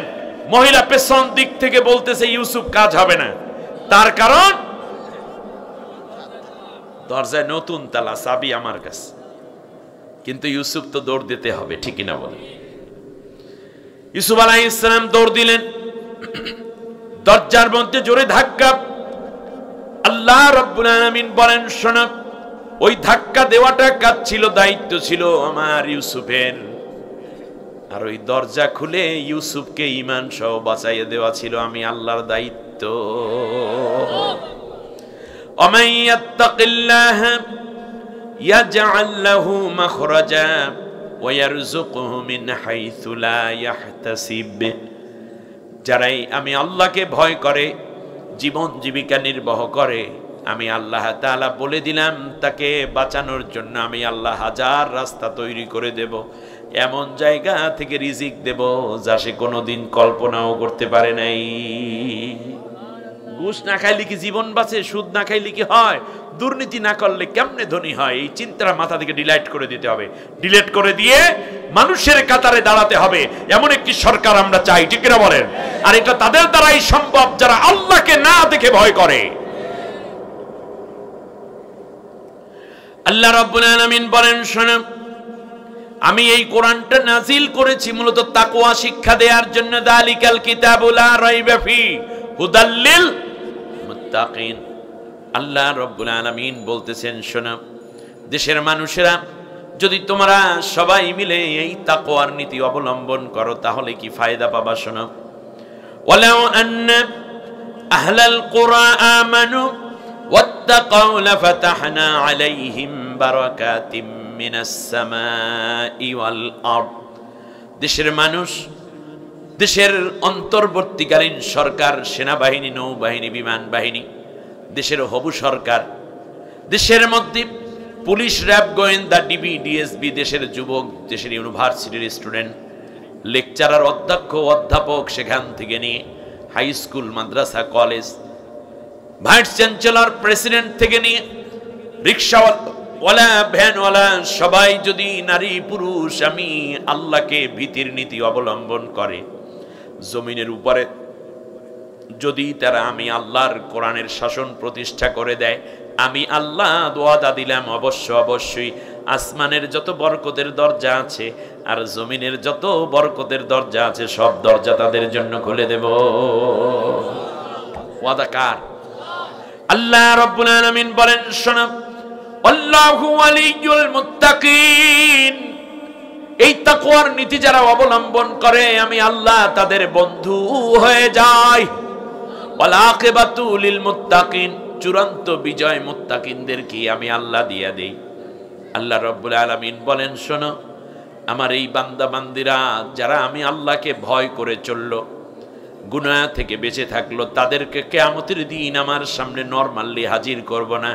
আমি আল্লাহ জান্নাতের পোশাক পরাইয়া, নূরের ড্রেস পরাইয়া, নূরের মুকুট মাথায় দেওয়াইয়া উপযুক্ত করে আমি আল্লাহ আমার সামনে তাদেরকে মেহমান বানাইয়া হাজির করব। ইয়াউমা নাহশুরুল মুত্তাকিনা ইলার রহমানি ওয়াফদা, আমি মুত্তাকিন বান্দা বান্দিকে আমার সামনে মেহমান করে হাজির করব। বলুন আলহামদুলিল্লাহ। আমার মুত্তাকি বান্দা দুনিয়ায় বাড়ির পাশে অন্যের গরু ছিল, চুরি করে নাই, দোকানটা খোলা পাওয়ার পরে অন্যের একটা বিন্দু বিস্কুট পর্যন্ত না বলে মুখে দেয় নাই। বাড়ির গাছের পাশেই ফল ছিল, সেখান থেকে ফলটা চুরি করে খায় নাই। কোটি কোটি টাকা জনগণের নিজের হাতে ডিল করেছে, কিন্তু একটা পয়সাও নিজে আত্মসাৎ করে নাই। এমনকি বাড়ির কাছে যুবতীরা ছিল যাদের হাতের পসরা এবং রূপের লাবণ্যতা তাকে আকৃষ্ট করত, কিন্তু আল্লাহর ভয়ের কারণে অন্য কোনো নারীর প্রতি সে প্রলুব্ধ হয়নি। ঠিক তার পাশাপাশি এমনও নারী ছিল যারা আল্লাহকে ভয়ের কারণে অন্য কোনো পরপুরুষকে দেখা দেয়নি। আল্লাহ রাব্বুল আলামিন বলেন, শোনো, নামাজ, রোজা, হজ, যাকাত, ইবাদত বন্দেগী গুলো আমি আল্লাহকে ভয় করে করেছে, মিথ্যা বলে নাই, চগলখড়ি গীবত করে নাই, অত্যাচার করে নাই, মানুষ খুন করে নাই, অন্যায়ভাবে মিথ্যা মামলা দেয় নাই, এমনকি মিথ্যা সাক্ষ্য দিয়া নির্দোষ মানুষকেও নিপীড়ন করে নাই, জেল দেয় নাই, দুর্নীতি করে নাই, ঘুষ সুদ খায় নাই। এই মানুষগুলো কেবলমাত্র আমি আল্লাহর ভয়ের কারণেই যেহেতু নিরাপদ রইল। আল্লাহ রাব্বুল আলামিন বলেন, কিয়ামতের দিন আমার মেহমানকে আমি হেঁটে হেঁটে জান্নাতে নেব না, বরং জান্নাত তার পায়ের কাছে আমি হাজির করে পৌঁছাইয়া দেব। আমার ভাই যে কি সুন্দর তিলাওয়াত করেছে, ওয়াসিকাল্লাযীনা তাকাউ রাব্বাহুম ইলাল জান্নাতি যুমারা, জান্নাতের দিকে অভিবাদন নিয়ে যাওয়া হবে, পথটা খুব ছোট হবে, তার কারণ জান্নাত মুত্তাকির পায়ের কাছে এনে দেব। উজলিফাতিল জান্নাতু লিল মুত্তাকিনা গায়রা বাঈদ, পায়ের থেকে আর জান্নাত দূরে থাকবে না, শুধু কদমটা উঠাইতে দেরি দেখবে জান্নাতের মধ্যে তার পা পড়ে আছে। সুবহানাল্লাহ। তাকওয়া কাকে বলে? রাষ্ট্রীয় জীবনে তাকওয়া যদি আমি আপনি দেখতে চাই, ছোট্ট একটা উদাহরণ, হযরতে আবু বকর রাদিয়াল্লাহু তাআলা আনহু, ঈদের সময় কাছাকাছি চলে আসলো, রমজানের 26-27 তারিখ। স্ত্রী বলল, উম্মে রুম্মান, স্ত্রীর নাম বলল, এই বছর একটু বোনাস নিয়ে আসেন, 250 দিরহাম পান, এতে করে রোজানা রোজ খাওয়ার অবস্থা তৈরি হয়। ঈদের দিন নতুন কিছু কাপড় চোপড় দরকার, বাচ্চাদের জন্য একটু ভালো খাবার দাবার দরকার। প্রায় অর্ধেকটা পৃথিবীর খলিফা হযরতে আবু বকর নবীজি সাল্লাল্লাহু আলাইহি ওয়াসাল্লামের ওয়াফাতের পরে তাকওয়া কাকে বলে একটু বুঝুন আমার ভাইরা। এবার খেয়াল করে দেখুন, হযরতে আবু বকর রাদিয়াল্লাহু তাআলা আনহুর স্ত্রী বললেন যে 50টা দিরহাম এক্সট্রা নিয়ে আসেন। কত দিরহাম? বলে 50 দিরহাম। কিভাবে? বলে যে আগামী 5 মাসে এই 50 দিরহাম আবার 10 দিরহাম করে কেটে কেটে দিয়ে দেবেন। তারপর বেতন হইল কত? 250 দিরহাম, 250। 10 দিরহাম যদি কাইটে রাখে 5 মাসে, তাহলে 5 মাস পর্যন্ত বেতন পাবে কত করে? 240, রাইট? 5 মাসের পরে এটা ডিউ শেষ হয়ে যাবে, তখন আবার 6 মাসের মাথায় গিয়ে 250 করে পাওয়া শুরু করবে। বললো ভালো একটা বুদ্ধি দিস। দৌড়ে গেছে ট্রেজারারের কাছে, গিয়ে বলল যে তুমি আমাকে একটু বাড়াইয়া দাও 50 দিরহাম। বলল দিবেন কেমনে? বলল 5 মাসে এইটা তুমি বেতন কেটে কেটে রেখে পরিশোধ করে দেব। উনি একখান কাগজ আনছে, এনে বলল এখানে লেখেন 3টা শর্তে এই টাকা দেওয়া জায়েজ হবে। কি? 1 নম্বর নিশ্চয়তা হলো আপনি আগামী 5 মাস বেঁচে থাকবেন, তাহলে এটা দেওয়া যায়। আপনি যদি মইরা যান তাহলে বেতন দেবে কে? বেতন তার মইরে গেলে বেতন নাই, তাহলে এই রাষ্ট্রের টাকা দেবে কে? এখানে 250 দিরহাম আপনার, বাকিটা তো আপনার না, বাকিটা জনগণের। চিন্তা করতে পারেন, ন্যূনতম এই তাকওয়ার যোগ্যতাটা যদি থাকতো তাহলে এই চাটার দলেরা, এই ইয়াজুজ মাজুজের উত্তরসূরিরা কোনো দিনও কি মানুষের টাকা আত্মসাৎ করতে পারতো? দ্বিতীয়বার আরেকটা কাজ আছে। জি, এই 5 মাস যে আপনি ক্ষমতায় থাকবেন এই ব্যাপারে বাঁচলেন, কিন্তু দেশের মানুষ না চাইলে তো ক্ষমতায় থাকতে পারবেন না। অতএব আপনি কাজ করেন, 5 মাস ক্ষমতায় থাকবেন, এই গ্যারান্টিটাও লিখতে হবে এখানে। সারছে। আর 3 নম্বর শর্ত কি?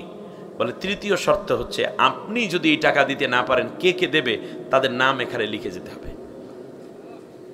তিনি বললেন দোয়া হোসাই মাফ হোসাই, আমার টাকা দরকার নেই, যা খাই তাই খাই, ওই ভালো।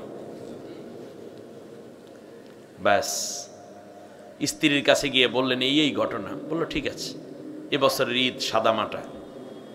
পরের দিন, পরের মাস থেকেই মহিলা 250 দিরহাম যখন বেতন আসে, এনে তো স্ত্রীর হাতে টাকাটা দেয়। দেওয়ার পরে ওখান থেকে 10 দিরহাম উনি আলাদা করে ব্যাংকের মধ্যে রাখে। ব্যাংক বোঝেন? বাসায় থাকে না, বালিশের নিচে বা কোনো এক জায়গায় রেখে দেয়। পরের বছর ঈদ আসলো, জমা হয়েছে কত টাকা বলেন দেখি? 100, রাইট, 1 বছরে 12 মাসে 10 করে 120 দিরহাম। সুন্দর করে স্বামীর জন্য ভালো জুব্বা, রুমাল, গেঞ্জি, পাজামা, মুসাল্লা, এরপরে আতর, এইদিকে বাচ্চাদের জন্য ভালো ভালো পোশাক। এরপরে কারণ 120 দিরহামে অনেক কিছু পাওয়া যায় সেই সময়, খেজুর, হ্যাঁ, জব, দুধ, দই, সব কিছু কিনে এনে ঈদের দিন পুরো জাঁকজমক পরিবেশ, বাচ্চারা খুব খুশি।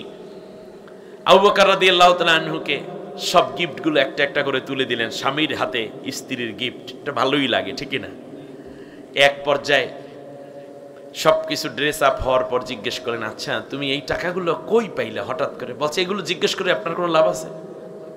কোনো হারাম নেই, 100তে 100 হালাল, খাইতে থাকেন আর জামা কাপড় গায়ে দিতে থাকেন। একটু ভাব লইছে। খাওয়া দাওয়া শেষ করে স্ত্রীর আঁচলে হাতটা মুছতেছে। মাঝে মাঝে আপনারাও মুছবেন, স্ত্রীর আঁচলে হাত মুছলে উনি খুশি হয়। আবার কিছু কিছু স্ত্রী আছে, এই তুমি কি করলা, না এটা না, একটু কথা বলতে থাকবেন, আলহামদুলিল্লাহ, হাতটা মুছে ফেলবেন। এটা একটু গায়ের ঘ্রাণ, স্বামীর গায়ের ঘ্রাণ, হাতের ঘ্রাণ। ওই যে একটা গান গাইছিল না রথীন্দ্রনাথ রায়, যদি বন্ধু যাইবার চাও ঘাড়ের গামছা থুইয়া যাও রে। ঘাড়ের গামছা কেন? কারণ ঘাড়ের গামছার মধ্যে স্বামীর ঘাম মাখা থাকে। স্বামী অনুপস্থিতিতে এই ঘামের ঘ্রাণটাও স্ত্রীকে মনে হয় স্বামীটা কাছেই আছে। সুবহানাল্লাহ। রাসূল সাল্লাল্লাহু আলাইহি ওয়াসাল্লাম যদি 3 দিনের সফরে কোথাও যেতেন, তাহলে স্ত্রীর পোশাকের একটা ছোট্ট অংশ নিজের পকেটে লইয়ে যেতেন। কি আপনারা কি মহব্বত করেন বউরে, দেখেন। এর মানে হচ্ছে অনেক দূরে যায়, তখন তো মোবাইল ফোন টোন ছিল না, ভিডিও অডিওতে দেখাও যাইতো না। কমপক্ষে কুর্তাটা খুলতে যাই একটু এটা দেখতে, ও হ্যাঁ এটা তো জরিনার কাপড়ের। কি মহাব্বত! এগুলো যেন আমাদের ঘরগুলোকে ভরে রাখুক। আল্লাহ কবুল করুন, বলেন আমিন। আমার ভাইয়েরা, যাই হোক, বললো যে আসল ঘটনা কি একটু বলো। বললো যে শোনেন, ওই গত বছর যে আপনি 50 দিরহাম আনতে পারেন নাই, তখন থেকে 10 দিরহাম করে আলাদা আলাদা করে রেখেছি, 120 দিরহাম হয়েছে, এটা দিয়ে বাজার ঘাট করেছি। ও খুব সুন্দর কথা, তুমি খুব বুদ্ধিমতী, ভালো করেছো। ঈদের নামাজ শেষ করে ট্রেজারারকে ডেকে বললেন, শোনো, এখন থেকে আমার বেতন হবে 240 দিরহাম। তার কারণ 10 দিরহাম কম দিয়েও আমার ফ্যামিলি ভালোই চলে। এর নাম তাকওয়া। এর নাম কি? তাকওয়া। পারবেন? এই রকম শাসক যদি বানাতে হয়, এটা আসমান থেকে পড়বে নাকি? এই কবরের মধ্যে থেকে বের হবে? এই সমাজের মধ্য থেকেই বের করে আনতে হবে, যারা ভালো কাজের আদেশ দেয়, খারাপ কাজের নিষেধ করে এবং মানুষকে গুনাহ থেকে বাঁচিয়ে রাখার জন্য কত আয়োজন সাংগঠনিকভাবে। আমি মনে করি এই রকম আয়োজন যেই সংগঠনে আছে সেই সংগঠনই কেবলমাত্র ভালো মানুষ তৈরি করতে পারে। ব্যাংকের 1000 কোটি টাকা ডিল করবে, কিন্তু মানুষের কোনো টাকা তার পকেটে যাবে না। রাসূল সাল্লাল্লাহু আলাইহি ওয়াসাল্লাম ফজরের নামাজের সময় বাইতুল মাল থেকে মাল বন্টন করলেন। জুহুরের নামাজের ওয়াক্ত হলো, দুই পাশে সাহাবীরা বসা নবীকে হেল্প করছেন। এক পর্যায়ে জুহুরের আজান হলো, রাসূল সাল্লাল্লাহু আলাইহি ওয়াসাল্লাম দাঁড়িয়ে তারপরে পকেটের মধ্যে হাত দিলেন, পকেটটা উল্টাইলেন, এইভাবে ঝাড়তেছেন। আপনারা দেখবেন পকেট উল্টাইলে কিন্তু এরকম ঝাড়ার সুযোগ আছে না, শেষের নিচের সেলাইটা থাকে এইভাবে। পকেট দেখলেন সব, জামা ঝাড়লেন, চাদর ঝাড়লেন, টুপি ঝাড়লেন। হযরত আবু বকর জিজ্ঞেস করলেন, ইয়া রাসূলুল্লাহ, এটা কি করছেন আপনি? বলল যে, আবু বকর, এতক্ষণ পর্যন্ত যেই মালামালগুলো আমি ভাগ করে দিয়েছি এর একটা অংশ আমার না, তোমারও না। এই মালামালগুলো দেশের জনগণের, রাষ্ট্রীয় মাল, বাইতুল মাল। বিশ্বাস করো আবু বকর, যদি একটা গমের কণা কিংবা একটা জবের কণা অথবা একটা খেজুরও যদি আমার পকেটের মধ্যে পড়ে থাকে, আর ওই জামা নিয়ে যদি আমি আল্লাহর সামনে দাঁড়াই আর নামাজ পড়ি, আল্লাহর কসম করে বলি ওই নামাজ আল্লাহর কাছে মঞ্জুর হবে না। তাকওয়া, রাষ্ট্রীয় জীবনে যদি তাকওয়া হয়ে যেত, আমার দেশটা কত উন্নত হতো। আল্লাহ যেন সেই তাকওয়াবানদের হাতে আমাদের এই রাষ্ট্রটাকে দায়িত্ব নেয়ার তৌফিক দান করেন, বলেন আমিন।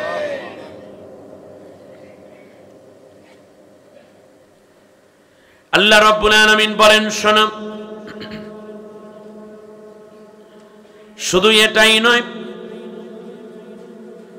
আরাআইতা ইন কাযযাবা ওয়া তাওয়াল্লা আলাম ইয়ালাম বিআন্নাল্লাহা ইয়ারা। তারা কি জানে না নবী, তুমি কি দেখেছো কারা আমার কথাকে মিথ্যা প্রতিপন্ন করে এবং ঘাড় ফিরিয়ে অন্যদিকে চলে যায়? নবী, তারা কি জানে না আমি আল্লাহ রব্বুল আলামিন সব কিছু দেখি? সুবহানাল্লাহ। আল্লাহ দেখেন কি দেখেন না? আল্লাহ রব্বুল আলামিন তো দেখেনই দেখেন। এরপরে সমস্ত দেখাগুলো কি একত্রিত করার জন্য আল্লাহ সুবহানাহু ওয়া তাআলা বিভিন্ন সেক্টরে গোয়েন্দাও নিয়োগ করে দিয়েছেন। আব্দুল কাদের জিলানী রাহমাতুল্লাহি আলাইহি রাহিমাহুল্লাহ, আল্লাহর বড় ওলি, তারে আমাদের দেশে বানাইছে খাজা বাবা। আহা, শুনেন, বড় আলিম ছিলেন, আল্লাহ ওয়ালা ছিলেন তিনি। আল্লাহ তাকে জান্নাতের সর্বোচ্চ দরজা নসিব করুন। তার জীবনী পড়ে দেখেন। তিনি একদিন 2 জন ভক্তকে ডাকলো, ডেকে বলল, শোনো, এই 2টা কবুতরের বাচ্চা দিলাম, আর 2 জনের হাতে ধারালো 2টা ছুরি দিলেন। এমন এক জায়গায় গিয়ে তোমরা এই কবুতরের বাচ্চা জবা দিবে যেখানে কেউ যেন না দেখে। ভক্তরা দৌড়ইল। একজন কিছু দূর যাওয়ার পর এদিক ওদিক তাকাই দেয়, কেউ দেখে না। বিসমিল্লাহ, আল্লাহু আকবার। জবা দিয়ে এনে হুজুরের সামনে দিছি, এই মোটামুটি ঘন্টা খানিকের মধ্যে। বলল ঠিক আছে। আর একজন রাত 1টার সময় আসছে, জীবিত কবুতরের বাচ্চা আর ছুরিটা এনে হুজুরের কাছে। বলল, কি খবর, তুমি জবা দিলে না কেন? বলল, হুজুর, আপনি বলেছেন যে কেউ যেন না দেখে। আমি পাহাড়ের আড়ালে গেলাম, জবেহ দেওয়ার জন্য যখন ছুরিটা হাতে নিয়ে কবুতরের বাচ্চার গলার কাছে নিলাম, পৃথিবীর কেউ দেখে না, দেখতেছি আমার আল্লাহ আমার দিকে তাকিয়ে আছে। গুহার মধ্যে গিয়েছি, ঘুটঘুটে অন্ধকার, মনে করেছি কেউ দেখবে না, কিন্তু আমার বিশ্বাস, দেখতেছি আল্লাহ রব্বুল আলামিন আমার দিকে তাকিয়ে আছে। গহীন জঙ্গলের ভিতরে গিয়েও দেখলাম আল্লাহ রব্বুল আলামিন তাকিয়ে আছেন। আপনি যদি বলতেন আল্লাহ ছাড়া কেউ যেন না দেখে, তাহলে জবাই দেওয়া সম্ভব ছিল, কিন্তু আপনি বলেছেন কেউ যেন না দেখে। এই জন্য আমি কেউকে না দেখাইয়াও, আল্লাহ তাআলাকে না দেখাইয়া তো কোনো জিনিস জবেহ দেওয়া যায় নাই, কিছু করা যায় না। এই জন্য আল্লাহ তো দেখতেছেন, এই জন্য আমি আর জবাই দিলাম না, জীবিতটাই নিয়ে আসলাম। ইয়াকিন, আইনুল ইয়াকিন, হাক্কুল ইয়াকিন, ইলমুল ইয়াকিন। আপনি তিনটা ইয়াকিন দ্বারাই আল্লাহকে উপলব্ধি করতে হয়। আল্লাহ রাব্বুল আলামিন আবার বললেন, শোনো, এমনি করে করে আমি আল্লাহ তোমার পেছনে আমার দেখার পর পরে, বান্দা আমি যদি তোকে দেখে না রাখি কে তোরে দেখবে? সুবহানাল্লাহ। আল্লাহ সুবহানাহু ওয়া তাআলা বলেন, শোনো, আরো দেখানোর জন্য বিভিন্ন মন্ত্রণালয় আমি সেট করে রেখেছি গোয়েন্দা বাহিনী, কিরামান কাতিবিনা ইয়ালামুনা মা তাফআলুন। তোমরা যা কিছু করো না কেন একদল ফেরেশতা সব কিছু লিপিবদ্ধ করে লিখে লিখে রাখতেছে। এটা কি শুধু হুজুরদের আছে, আপনাদের নাই নাকি? আপনাদের কাঁধে ফেরেশতা আছে না, যারা কি করে? এটা কি চিন্তায় আছে আপনাদের? তাহলে কোনো পুলিশ কি নির্দোষ মানুষের উপর গুলি করতে পারে? মিথ্যা সাক্ষ্য দিতে পারে? মিথ্যা মামলা করতে পারে? মানুষের টাকা আত্মসাৎ করতে পারে? যদি কেউ জানে, বিশ্বাস করে যে আল্লাহ তাআলার ফেরেশতা লিখে রাখতেছেন, তাহলে সে কি মদ পান করতে পারে? জিনা করতে পারে? মাপে মানুষকে ঠকাতে পারে? আহা, এই ইয়াকিন আল্লাহ যেন আমাদের অন্তরে গেড়ে দেন, বলেন আমিন। আল্লাহ রাব্বুল আলামিন আবার বলেন, মা ইয়ালফিজু মিন কাওলিন ইল্লা লাদাইহি রাকীবুন আতীদ। তোমরা যা কিছু করো না কেন, সব কিছু যা বলো তোমরা, সব একদল ফেরেশতা অডিও আকারে সংরক্ষণ করে রাখতেছে। হাসির ছলে কিংবা রাগের বশীভূত হয়ে, আবেগের বশীভূত হয়ে যত সত্য বলো আর মিথ্যা বলো, সব কিছু একদল ফেরেশতা সব রেকর্ড করে রাখতেছে। আমার কথা আপনাদের বুঝে আসে? তাহলে আমরা যা বলি বলার আগে চিন্তা করতে হবে, ঠিক আছে কিনা? জ্ঞানীরা চিন্তা করে তারপর বলে, আর অজ্ঞানী মূর্খ যারা, তারা প্রথমে বলে তারপর চিন্তা করে কি কইলাম জানি। তাহলে আমরা কি আগে চিন্তা করবো? কারণ আমাদের সব কথা কি হচ্ছে? রেকর্ড হচ্ছে সব কথা কি। অতএব গোপনে প্রকাশ্যে, লোকচক্ষুর সামনে কিংবা গোপনে যাই আমরা বলি না কেন, যেন সেটা যেন মিথ্যা না হয়, গীবত না হয়, শিকায়েত না হয়, চগলখুরি না হয়, গালিগালাজ না হয়। আল্লাহ আমাদের হেফাজত করুন। আল্লাহ রাব্বুল আলামিন আবার বলেন, শোনো, এই তো গেল দুই দল, এইবার তৃতীয় আরেকটা গোপন বাহিনীর খবর তোমাদেরকে দেই। ফামাই ইয়ামাল মিসকালা যাররাতিন খায়রান ইয়ারা ওয়া মান ইয়ামাল মিসকালা যাররাতিন শাররান ইয়ারা। যারাই যদি একটা বালু কণাকে 70টা ভাগ করলে যতটুকু হয়, একটা সরিষার দানাকে 70টা ভাগ করলে যতটুকু হয়, মাইক্রোস্কোপ ছাড়া দেখার কোনো সুযোগ নেই। এই পরিমাণ গুনার কাজ করলেও কিয়ামতের দিন তোমাকে দেখানো হবে। এই পরিমাণ নেক কাজ করলেও তুমি দেখতে পারবা। এর মানে হচ্ছে আল্লাহ রাব্বুল আলামিন একদল ফেরেশতা নিয়োগ করে রেখেছেন, যারা আমার আপনার সমস্ত কাজগুলোকে ভিডিও করে রাখে। কি করে রাখে? ভিডিও করে রাখে। তাহলে অডিওর ফেরেশতা পাইলাম।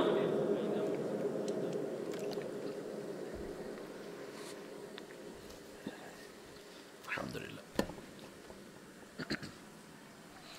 ভিডিওর ফেরেশতা পেলাম। আজকের এই মাহফিল ভিডিও হচ্ছে, আমরা কতটুকু নড়াচড়া করছি, কে কি করছি, সব কিছু পরবর্তী দেখা যাবে কি যাবে না?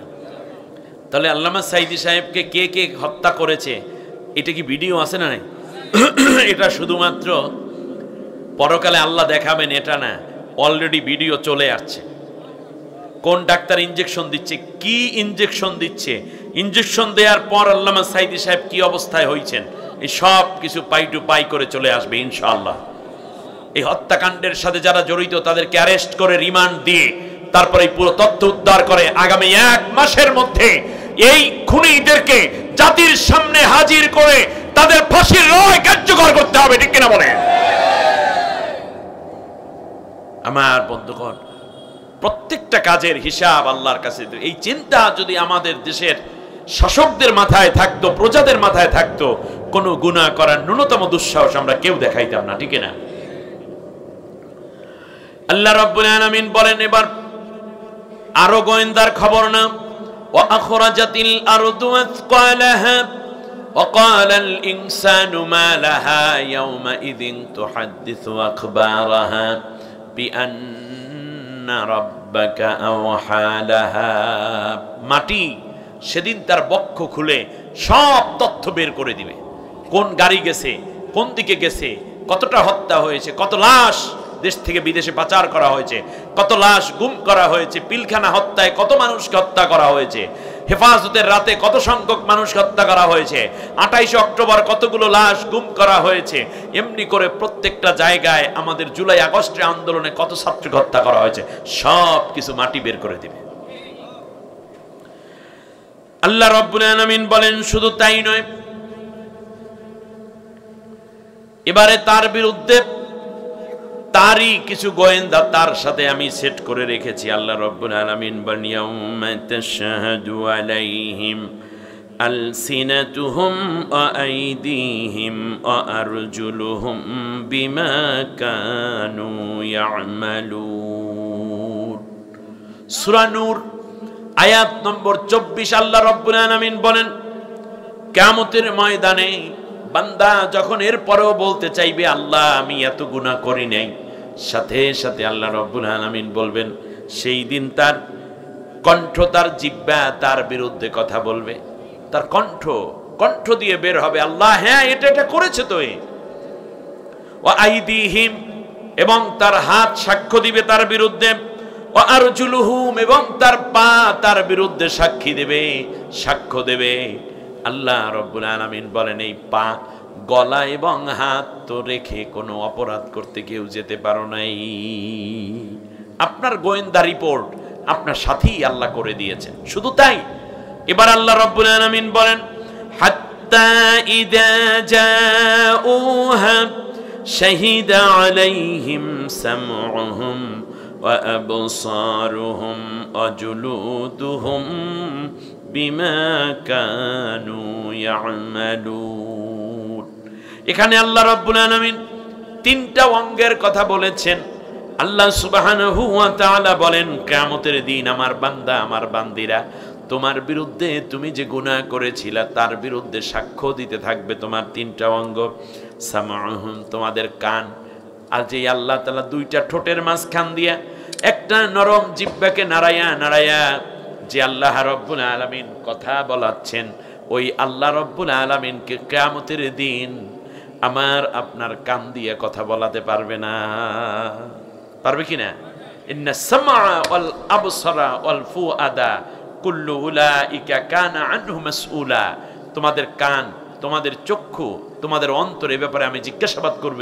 কানের ভেতরে ইয়ারফোন দিয়া কার গান শোনো তুমি, নাকি কোরআন তেলাওয়াত শোনো, নাকি ওয়াজ শোনো, এ ব্যাপারে অবশ্যই আল্লাহর কাছে জিজ্ঞাসিত হতে হবে। তুমি কান দিয়ে কি শোনো, সত্য শোনো নাকি মিথ্যা শোনো, নেত্রীর মিথ্যা বক্তব্য শোনো নাকি আল্লাহর কোরআনের কথা শোনো, এই ব্যাপারে আল্লাহ জিজ্ঞাসা করবে। কারণ কান তোমার বাবা দেয় নাই, কান দিয়েছেন কে? ওয়া আবসারুহুম, এবং তাদের চোখ তার বিরুদ্ধে কথা বলবে। আল্লাহু আকবার, চোখ কথা বলবে, কি দেখেন এই চোখ দিয়ে। ওয়া জুলুদুহুম, এবং তার চামড়া, এইগুলা রাইখা কি কেউ হত্যা করতে যেতে পারছে, জেনা করতে, মদ খাইতে যেতে পারছে? বলেন পেরেছে? চামড়া সাক্ষ্য দিবে। আল্লাহু আকবার। আল্লাহ রাব্বুল আলামিন বলেন তোমার এই কান, তোমার চক্ষু এবং তোমার চামড়া তোমার বিরুদ্ধে সাক্ষ্য দিবে। অতএব ভালো কাজ করো যেন তোমার পক্ষে কথা বলে। অনুসাউইয়া বানানা, এমন কি তোমার আঙ্গুলের যেই ছাপ আছে, আঙ্গুল, এই আঙ্গুলটাকে আমি আল্লাহ তৈরি করেছি। এই আঙ্গুল কিয়ামতের দিন আমি আল্লাহর সাথে কথা বলবে। ভোট যখন দেয় তখন আঙ্গুলের ছাপ নেয় না? এখন কারে ভোট দিলেন এই আঙ্গুল কিন্তু বলে দিবে যে আল্লাহ তাআলা ওই টিপ মারছে উল্টা, কোরআনের পক্ষে টিপ দেয় নেই, খবর আছে। অনুসাউইয়া বানানা, ঠিক আছে কিনা? আল্লাহ রাব্বুল আলামিন বলেন শোনো, ওয়াকুল্লা ইনসানিন আলজামনাহু তায়রাহু ফি উনুকিহি ওয়া নুখরিজু লাহু ইয়াওমাল কিয়ামাতি কিতাবান ইয়ালকাহু মানশুরা ইকরা কিতাবাকা কাফা বিনাফসিকাল ইয়াওমা আলাইকা হাসিবা। আল্লাহ রাব্বুল আলামিন বলেন সমস্ত রিপোর্ট, সমস্ত সাক্ষ্য তত্ত্ব উপাত্ত একত্রিত করে আমি আল্লাহ রাব্বুল আলামিন তার সামনে গোটা আমল নামাকে গলায় ঝুলাইয়া দেব। এক পর্যায়ে মনিটর সামনে দিয়ে আমি বলবো, ইকরা কিতাবাকা, বান্দা তুমি তোমার আমল নামা তুমি এবার পড়তে থাকো পড়তে থাকো। একের পর এক পৃষ্ঠা চলে যাবে। বান্দা বলবে, আল্লাহ যৌবনকালে নামাজ পড়ি নাই, মাদক দ্রব্য সেবন করেছিলাম, আল্লাহ যৌবনে জেনা, যৌবনে মিথ্যা, যৌবনে মানুষ হত্যা, যৌবনে অপচয়, যৌবনের মধ্যে সারা রাত জেগে জেগে অশ্লীল নারীর ছবি দেখেছিলাম। আল্লাহ গো দয়া করে তুমি আমারে মাফ করে দাও। ইয়াউমা ইয়া'আদ্দু যালিমু আলা ইয়াদাইহি, সেই দিন বান্দা তার নিজের ঠোঁটটা কামড় দিয়ে কেটে ফেলবে। যদি আমরা আশ্চর্যজনক কিছু দেখি তখন জিহ্বায় কামড় দিই, ঠিক না? আল্লাহ রাব্বুল আলামিন বলেন আজকের জিহ্বার কামড়টা বড়ই কঠিন হবে, তার কারণ এটা অনন্ত জাহান্নামের একটা স্বীকৃতি তার সামনে চলে আসলো। এই জন্য বান্দা এমন জোরে কামড় দিবে জিহ্বার সামনের অংশটা কেটে জমিনে পড়ে যাবে। বান্দা যখন আমরা বিব্রত হই, পারি না কিছু, তখন আমরা আঙ্গুল কামড়াই, ঠিক না? আঙ্গুল কামড়াই। সেই দিন বান্দা আঙ্গুল কামড়াইয়া কামড়াইয়া হাতের কবজি পর্যন্ত ছিঁড়ে ফেলবে। আল্লাহ রাব্বুল আলামিন বলবেন, আল্লাহ তাআলার কাছে বলবেন, লাউ নুরাদ্দু ওয়ালা নুকাদ্দিবা বিআয়াতি রাব্বিনা, আল্লাহ কিচ্ছু চাই না, একবার দুনিয়ায় পাঠাইয়া দাও, তোমার কোরআন এবং নবীর আদর্শ অনুযায়ী জীবনটা চালাই আসবো, একটুও পিছপা হব না। ফায়াকুল রাব্বি লাউলা আখরতানি ইলা আজালিন করিব ইলা আজালিন করিব ফাআসাদদাক ওয়া আকুম মিনাস সালিহিন, মৃত্যুর সময়ও বলবে, আল্লাহ একটু সময় আমাকে দাও, তাহলে অনেক নেক কাজ করে আসব। আল্লাহ রাব্বুল আলামিন বলবেন, 70 বছর সময় দিছিলাম, 75 বছর হায়াত দিয়েছি, সংসার দিয়েছি, আমার এক বান্দিকে তোর স্ত্রী বানাইয়া দিয়েছি, আদরের সন্তান দিয়ে তোর কলিজা শীতল করে দিয়েছি রে বান্দা। দুনিয়ার বুকে আমি তোকে মেম্বার চেয়ারম্যান বানাইছি, মাদ্রাসার প্রিন্সিপাল সুপারেন্ট হুজুর বানাইয়া দিছি, সহকারী শিক্ষক বানাইছি, এমনকি শ্বশুর বানাইছি, তোমাদের কত শাশুড়ি বানাইছিলাম, সুন্দর চেহারা দিয়েছি, দামি কণ্ঠ দিয়েছি, মসজিদের ইমাম বানাইছি, এলাকার মেম্বার চেয়ারম্যান এমপি মন্ত্রী পর্যন্ত বানাইছি। আমি আল্লাহ রাব্বুল আলামিন তো তোকে খারাপ বাসি নাই, অক্সিজেন দিয়ে বড় করে রেখেছিলাম, আমার সূর্যের আলো দিয়ে তোরে গরম রেখেছি, চাঁদের কিরণ দিয়ে তোর জীবন যৌবনকে আমি সজীব করে রেখেছি, নদীর মধ্যে মাছ দিয়েছি, বান্দা তুই খাইয়া যেন সুন্দর করে সুঠাম হয়ে আমার ইবাদত করতে পারো। আবার গাছের মধ্যে ডাব নারিকেল দিয়েছি, গাছের মধ্যে দেয়ার এই নারিকেলের মধ্যে আবার হালুয়া দিলাম যাতে করে আরো বেশি মজা করে খেতে পারো। গাভীর বাটে দুধ দিয়েছি, গরুর গোশত হালাল করেছি, মুরগির গোশত, আবার মুরগির ডিমও তোরে দিয়েছি, হাজার রকমের নাজ নেয়ামত দিয়ে দিয়ে তোরে বড় করলাম। কিন্তু তুই কি করলি?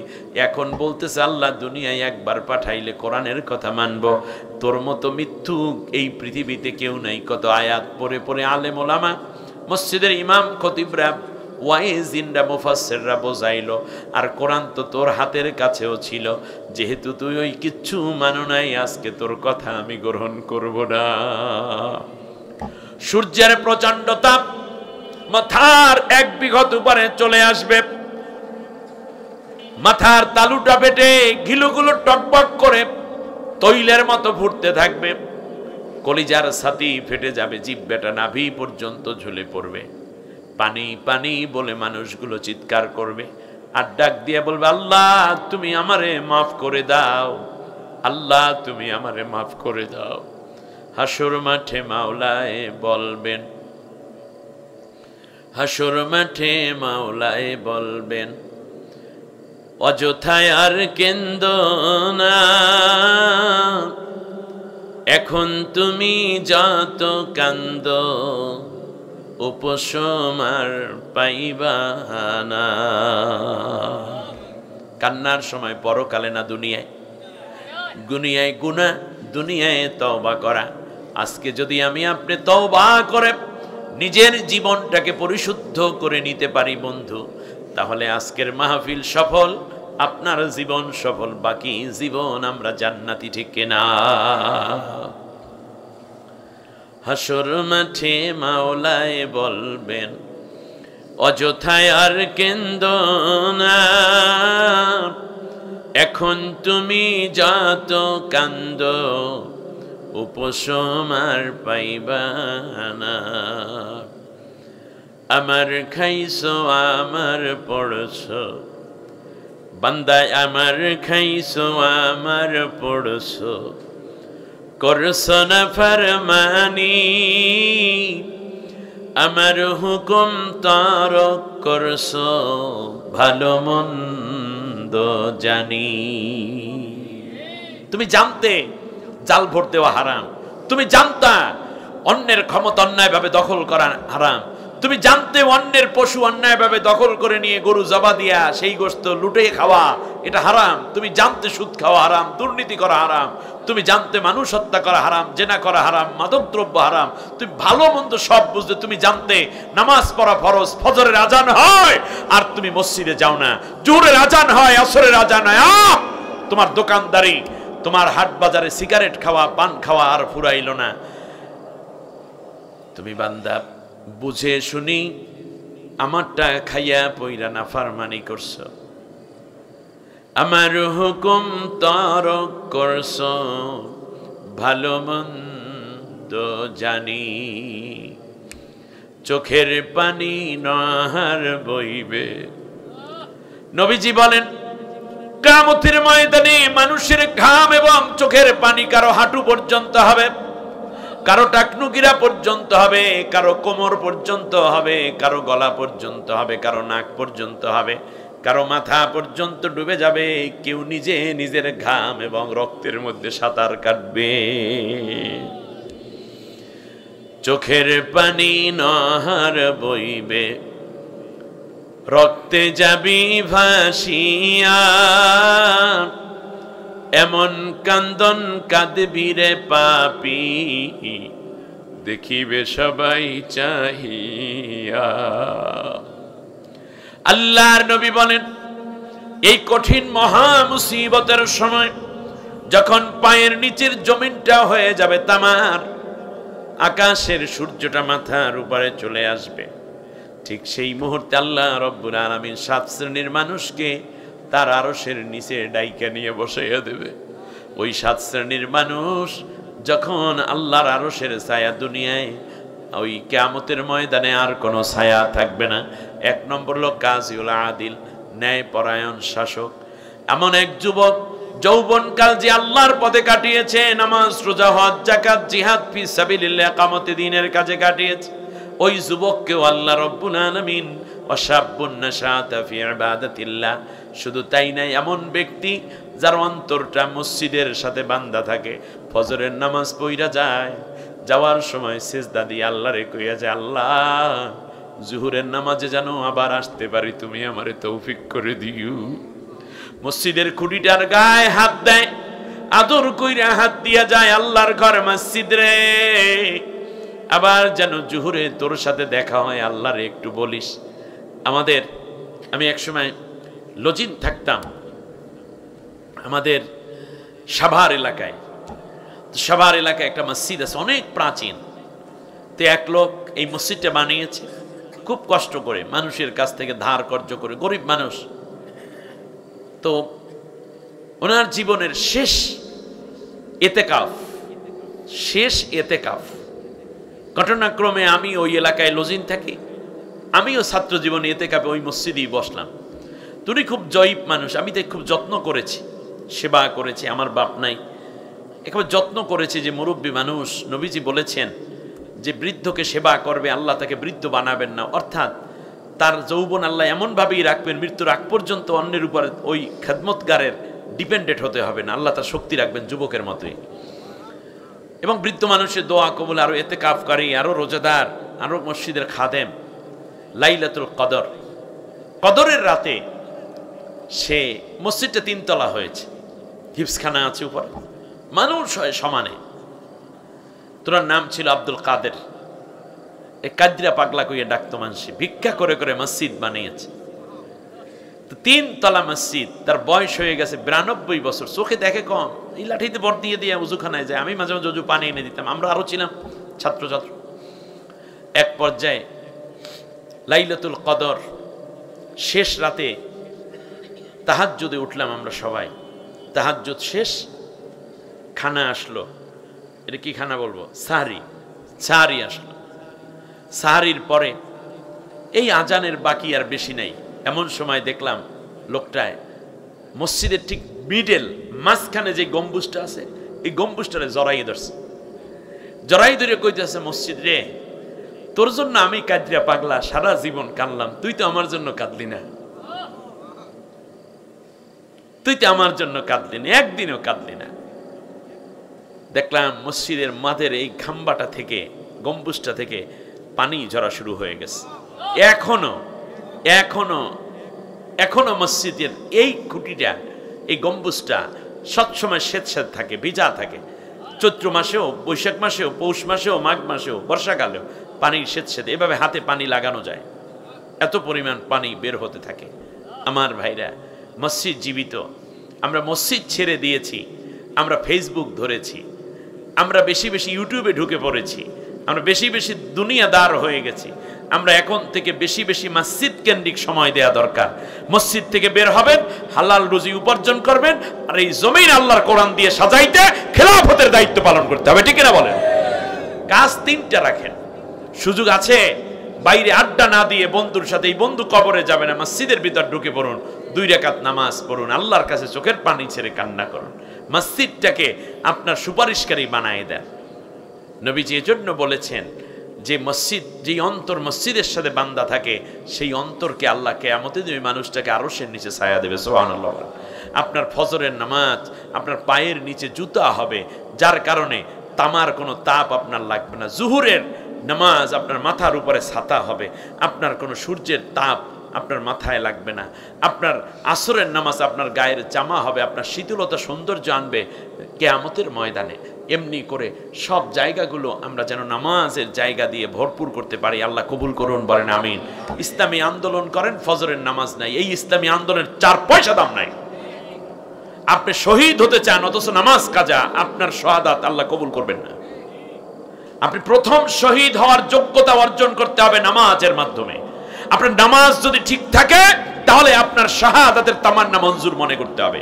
মইরা গালি শহীদ হয় না, শহীদ হওয়ার অনেকগুলো লক্ষণ আছে, শাহাদাতের অনেকগুলো ক্রাইটেরিয়া আছে, আলামত আছে। মীর কাসিম আলী ভাই শহীদ, আহা কত মাকবুল, জেনারেল শিক্ষিত একজন মানুষ, 2 ঘন্টা মাত্র তার বাকি। তাকে দারোয়ান এসে বলছে 2 ঘন্টা পর আপনার ফাঁসি, রেডি হয়ে যান। 2 ঘন্টা, সে তো অনেক বেশি। আমার আধা ঘন্টা আগে উঠাইল, আমি 1.5 ঘন্টা ঘুমাইয়ালি, কোনো টেনশন নাই। মনে হয় যেন শহীদ আমিরে জামাত মতিউর রহমান নিজামী নওয়ারাল্লাহু মারকাদাহুম যাচ্ছেন, চেহারাটা নূরের আলোয়, এমনিতেই তো কত সুন্দর মানুষ, আরো উজ্জ্বলতায় মনে হয় যেন নূর চমকাচ্ছে, বেয়ে পড়ছে নূর। ছেলের সাথে দেখা, ছেলে ব্যারিস্টার, বড় ছেলে। সালাম দেয়া হলো, বলছে বাবা আমি তো যাচ্ছি, এটা পাজামা পরে গেলে ভালো হবে না লুঙ্গি পরে গেলে ভালো হবে? স্ত্রীকে সামনে পেলেন, স্ত্রীও ইউনিভার্সিটির বড় লেকচারার, নিজে ইউনিভার্সিটি দিয়েছেন, যার ভাইস চ্যান্সেলর একটা সময় মানারাত ইন্টারন্যাশনালের ইউনিভার্সিটির ভাইস চ্যান্সেলর ছিলেন। আমার ভাইরা, এত উচ্চ শিক্ষিত এক নারী সামনে দেখা হয়ে পড়ল। স্ত্রীকে ডেকে বললেন, প্রাণের স্ত্রী, দীর্ঘটা বছর পর্যন্ত আমার সাথে তুমি ঘর করেছ, তুমি জানো আমি কত বড় ষড়যন্ত্রের শিকার, আমার নৈতিক চরিত্র আল্লাহর পরে তোমার চেয়ে ভালো কেউ জানে না। স্ত্রী চোখের পানি ধরে রাখতে পারেন না, ফুফাইয়া ফুফাইয়া কান্দে, চোখের পানি হাত দিয়ে মুছিয়ে দিয়ে বললেন, প্রাণের স্ত্রী আফসোস করো না, আমি আল্লাহর রাস্তায় শহীদ হয়ে যাচ্ছি, জান্নাতের সিঁড়িতে তোমার সাথে আমার দেখা হয়ে যাবে, আর আমার সন্তানগুলোকে তোমার হাতে আমানত হিসাবে রেখে গেলাম, যেই পথে আমি শহীদ হয়ে গেলাম, আমার সন্তানদেরকে তুমি সেই পথে চালাইয়া নিও।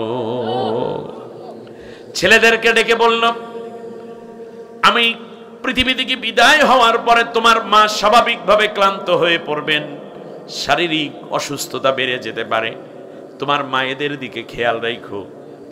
আমাকে ফাঁসি দেওয়ার আগেই যদি তোমার মা যেতে চান, তাহলে আগেই তাকে গাড়িতে করে পাবনায় নিয়ে যাইও, কারণ আমার লাশ যেতে যেতে হয়তো ফজর ওয়াক্ত হয়ে যাবে, তাহলে রাতে রাতেই তোমার মা পৌঁছে যেতে পারবে, কোনো অসুবিধা হবে না।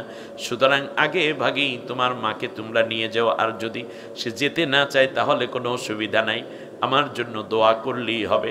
দেখুন না কত সুন্দর কথা। আল্লামা সাঈদী সাহেব চমৎকার করে বলতেন, আল্লাহ আমার যদি শহীদ হয়ে যায়, তার ওসিয়তনামার মধ্যে লিখেছেন, সন্তানদের প্রতি তিনি ওসিয়ত করেছেন, আমি মরার পরে স্বাভাবিক মৃত্যু যদি হয়, তোমরা আমাকে সাধারণভাবে দাফন কাফন করাবে, আর আমার জামা কাপড় টুপি ব্যবহারের কোট কাট যা আছে এইগুলা আলেম ওলামাদেরকে দিয়ে দেবার, বাকিগুলো তোমরা রেখে ব্যবহার করবা। আমাকে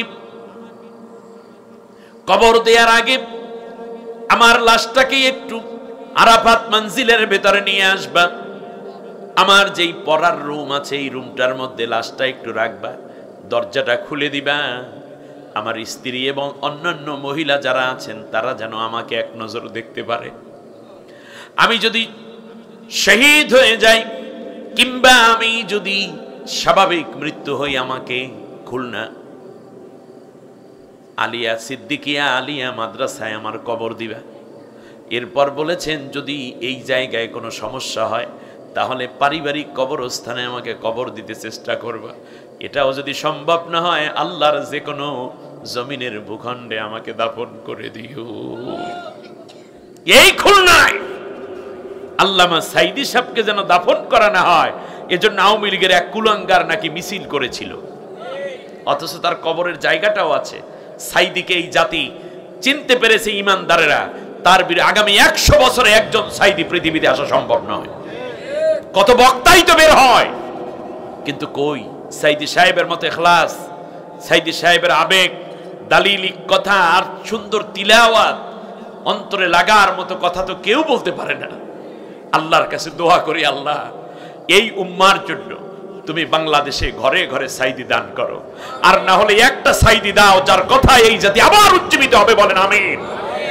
আমার বন্ধুগণ, এরপর তিনি বলেছেন, যদি আমি শহীদ হয়ে যাই, আমার রক্ত মাখা জামা কাপড় সহ আমাকে দাফন দিবে। কি মনে করেছেন আপনারা? আমার জানাজার জন্য কিছুটা সময় অপেক্ষা করবে, যাতে করে আমার মুহিব্বিন, আমার শুভাকাঙ্ক্ষী, আমার ভাই বন্ধুরা যেন আমার জানাজায় বেশি শরীক হওয়ার সুযোগ পায়। সুবহানাল্লাহ। কথাগুলো আজও কানে ভাসে আমার বন্ধুগণ। সুতরাং বুঝতে হবে যে নামাজ আমরা যেন ছেড়ে না দেই। ঘরের মধ্যে যারা আছেন সবাইকে নিয়ে নামাজে দাঁড়াতে হবে। ব্যথিত হলে, কষ্ট পেলে নামাজের মাধ্যমে আল্লাহর কাছে সাহায্য চাইতে হবে, ঠিক কিনা বলেন? ওয়াস্তাইনু বিস-সাবরি ওয়াস-সালাহ। আল্লাহ আমাদের কবুল করুন, বলেন আমিন। বলছেন, শোনো, শেষ পর্যন্ত হলো তোমরা সিজদা করো আর আমি আল্লাহর কাছে রুজু হয়ে যাও। আজকে যেহেতু আলোচনা, এই জন্য তিলাওয়াতে সিজদার জরুরত কেউ কেউ বলছেন নাই, তো এরপরও আপনারা আজকে যখন বাড়িতে যাবেন, যাইয়া ওযু অবস্থায় একটা সিজদা দিয়ে নেন, একটা সিজদা মাত্র, পারবেন না?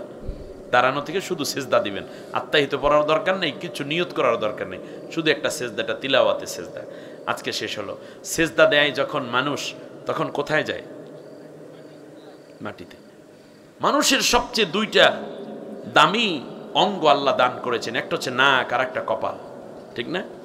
মেয়েটা যদি কোনো মেথরের সাথে বের হয়ে যায়, অথবা যদি এমএ পাস করালেন মেয়েটা, বা বাবা খুব শিক্ষিত, মোটরসাইকেলওয়ালার সাথে বাইরেই গেছে, কথার কথা ধর পালিয়ে গেছে, তখন কি বলে? আমার নাকটা কাটছে। কি হয়েছে? নাক কাটছে। এই নাক মানে কি? সম্মানের প্রতীক। 1 কোটি টাকা দিয়ে কষ্ট করে করে দোকান পাতাইছেন, মালামাল ঢুকাইছেন, তার মধ্যে রাত্রে 11টার সময় আগুন লাগিয়ে পুড়িয়ে গেছে। সকালবেলা এসে সৈন্য দেখতেছেন, বলছে আমার কপালটা পুড়িয়ে গেছে। কই, কপাল তো পড়ে নাই। এর মানে কপাল হচ্ছে আপনার সংরক্ষণ এবং প্রাপ্তির প্রতীক। এই নাক আর কপাল দুইটা দেওয়া লাগে সিজদার সময়। আল্লাহ, আমার সম্মান বলতে কিছু নাই, আমার অর্জন বলতে কিছু নাই, তুমি আমাকে যে জ্ঞান দিয়েছো, ইলম দিয়েছো, তুমি আমাকে যে বিদ্যা শিখিয়েছো, সম্পদ দিয়েছো, সম্মান দিয়েছো, ও আমার মালিক, এগুলো আমার না, এগুলো তোমার, আমি সব তোমার জন্য উৎসর্গ করে দিলাম। সুবহানাল্লাহ। বান্দা সিজদা করে একেবারে নিচু হয়ে, বান্দা সিজদা করে একেবারে নিচুতে চলে যায়। আর আল্লাহ রাব্বুল আলামিন বলেন, বান্দা তুই যত নিচে চলে গেলি আমার দিকে, আমি আল্লাহ রাব্বুল আলামিন তোর সম্মান তত উঁচুতে উঠাইয়া দিলাম। আমরা বিপদে পড়লে এই কয়দিন আগেও তো খালি পুলিশের ফোন দিতে, চেয়ারম্যান মেম্বার খালি ফোন, আল্লাহর কাছে কোনো খবর নাই, ঠিক কিনা বলেন? অতএব বিপদের সময় সবচেয়ে বেশি ডাকতে হয় কাকে? আল্লাহ সুবহানাহু ওয়া তাআলাকে। অতএব বিপদ আপদ আসবে, মুসিবত আসবে, পরীক্ষা আসবে, কিন্তু সব খুলে খুলে বলতে হবে কার কাছে? আপনি অসুস্থ, খালি ডাক্তার দেখাইতে আছে, অস্থির হয়ে যায়, কিন্তু একবারও কি আল্লাহকে বলেছেন? ডাক্তার এতগুলো ঔষধ দিয়েছে, আপনি খাচ্ছেন, কিন্তু একবারও কি 2 ফোঁটা চোখের পানি আল্লাহর কাছে ছেড়েছেন? কারণ দুনিয়ার সব ঔষধের দামি ঔষধের নাম চোখের পানি। সুবহানাল্লাহ বলেন। আর একটা কথা মনে রাখবেন, বান্দা যখন কান্না করে তখন তার চোখের পানিগুলো ফেরেশতারা সংরক্ষণ করে। এটা জাহান্নামের আগুন নেভানোর সবচেয়ে বড় ঔষধের নাম 2 ফোঁটা চোখের পানি। আল্লাহর নবী বলেন, যখন কোনো বান্দা আল্লাহর কাছে কান্না করে, আল্লাহ রাব্বুল আলামিন তার জীবনের সব গুনাহগুলো মাফ করে দেন। কান্নাটা এমনিতে আসে না, কান্নার জন্য পরিবেশ, কান্নার জন্য অবস্থান দরকার। অতএব মনে রাখবেন, চোখের পানির বড় দাম। এই চোখের পানি যত বেশি আল্লাহর কাছে দেওয়া যাবে, আমাদের সম্মান তত বাড়িয়ে দিবেন কে? আল্লাহ সুবহানাহু ওয়া তাআলা। সুতরাং আজকের আলোচনায় আমরা শিখলাম যে ফেরাউনের তথা স্বৈর শাসকের পরাজয়ের কিছু ঘটনা এবং লেডি ফেরাউনের কিছু বাস্তব চিত্র। এক। দ্বিতীয়বারে আমরা জানলাম যে তাকওয়া কি, মুত্তাকি কারা, এবং তাকওয়ার সুফলতাটা কি। তাকওয়া মানে হচ্ছে আল্লাহকে না দেখে আল্লাহকে ভয় করে চলা, আল্লাহর হুকুম পালন করা এবং আল্লাহর নিষিদ্ধ কাজ থেকে নিজে ফিরে থাকা। এটার নাম কি? তাকওয়া। আর শেষবারে জানলাম সালাত এবং আল্লাহকে সেজদা করার উপকারিতা। আল্লাহ নবী বলেন, একটা সেজদা দিলে জাহান্নামকে আল্লাহ তাআলা এই আসমান জমিন যতটুকু দূরত্ব, তার চেয়েও বেশি দূরে জাহান্নামকে আল্লাহ নিয়ে যান। কিয়ামতের ময়দানে জান্নাতীরা শুধু একটা আফসোস করবে, আল্লাহ আরেকবার যদি দুনিয়াতে পাঠাইতে, খালি সেজদাই করতাম তোমাকে। সুবহানাল্লাহ বলেন। আর সেজদায় গিয়ে আপনার তাড়াহুড়া করবেন না। সুবহানা রাব্বিয়াল আ'লা ওয়া বিহামদিহি বলেন, সুবহানা রাব্বিয়াল আ'লা ওয়া বিহামদিহি। নফল নামাজে, ফরজ নামাজে তো এটুকু দোয়া পড়বেন, নফল নামাজে আপনি সেজদায় পড়ে বলতে পারেন, আল্লাহ আমার বাচ্চাটা নদীতে মাছ ধরতে গেছে, আল্লাহ মাছ তুমি বাড়াইয়া দিও। ও আল্লাহ আমার কোমরের মধ্যে ব্যথা, তুমি ব্যথাটা দূর করে দিও। আল্লাহ আমার ছোট বাচ্চাটা অসুস্থ, গায়ে জ্বর, তুমি সুস্থ করে দিও। ডাক্তারের কাছে নিমু, আল্লাহ এত টাকা পয়সা তো আমার নাই, তুমি জানো। ও আল্লাহ গো, আমার মা বৃদ্ধা, তুমি যদি সুস্থ না করো আমার মায়ের তুমি নিয়ে যাইও না, আল্লাহ আমার তো আর কোনো সম্পদ নাই। এমনি করে করে করে করে আল্লাহ তাআলার কাছে বাংলা বলা যায়। কোন নামাজে? নফল নামাজে। মনে থাকবে আপনাদের এই কথাগুলো। তাশাহুদের মধ্যে সালাম ফিরানোর পরে আমরা মুনাজাত দোয়া করি, কিন্তু দোয়াটা করতে হবে নামাজের মধ্যে। সেটা রুকুতে হতে পারে, সেজদায় হতে পারে, তাশাহুদে হতে পারে। রাসূল সাল্লাল্লাহু আলাইহি ওয়াসাল্লাম বলেছেন, 5টা সময় নামাজের 5টা জায়গায় দোয়া অবশ্যই কবুল হয়, আল্লাহ ফিরান না। তার মধ্যে একটা হচ্ছে এই যে যখন বান্দা রুকু থেকে সোজা হয়ে দাঁড়ায়, রুকু করলেন, রুকু হয়ে কি করলেন, এই সময় দোয়া কি হয়? কবুল হয়। মানে যেন দুরূদ শরীফ পড়ে ফেলছেন, এখন কিছু বাংলা দোয়া করেন, এই দোয়া কবুল হয়ে যায়। সুবহানাল্লাহ। আর যখন তাকবীরে তাহরিমা দিয়া বান্দা সানা পড়ে, এরপরে যখন আলহামদু সূরাটা পড়া শুরু করে, তার আগ মুহূর্তে একটা সময় থাকে না, এই সময় কিছু কথা আল্লাহকে বলেন। এই 5টা টাইম আল্লাহ তাআলার কাছে দোয়া কবুলের খুব গুরুত্বপূর্ণ সময়।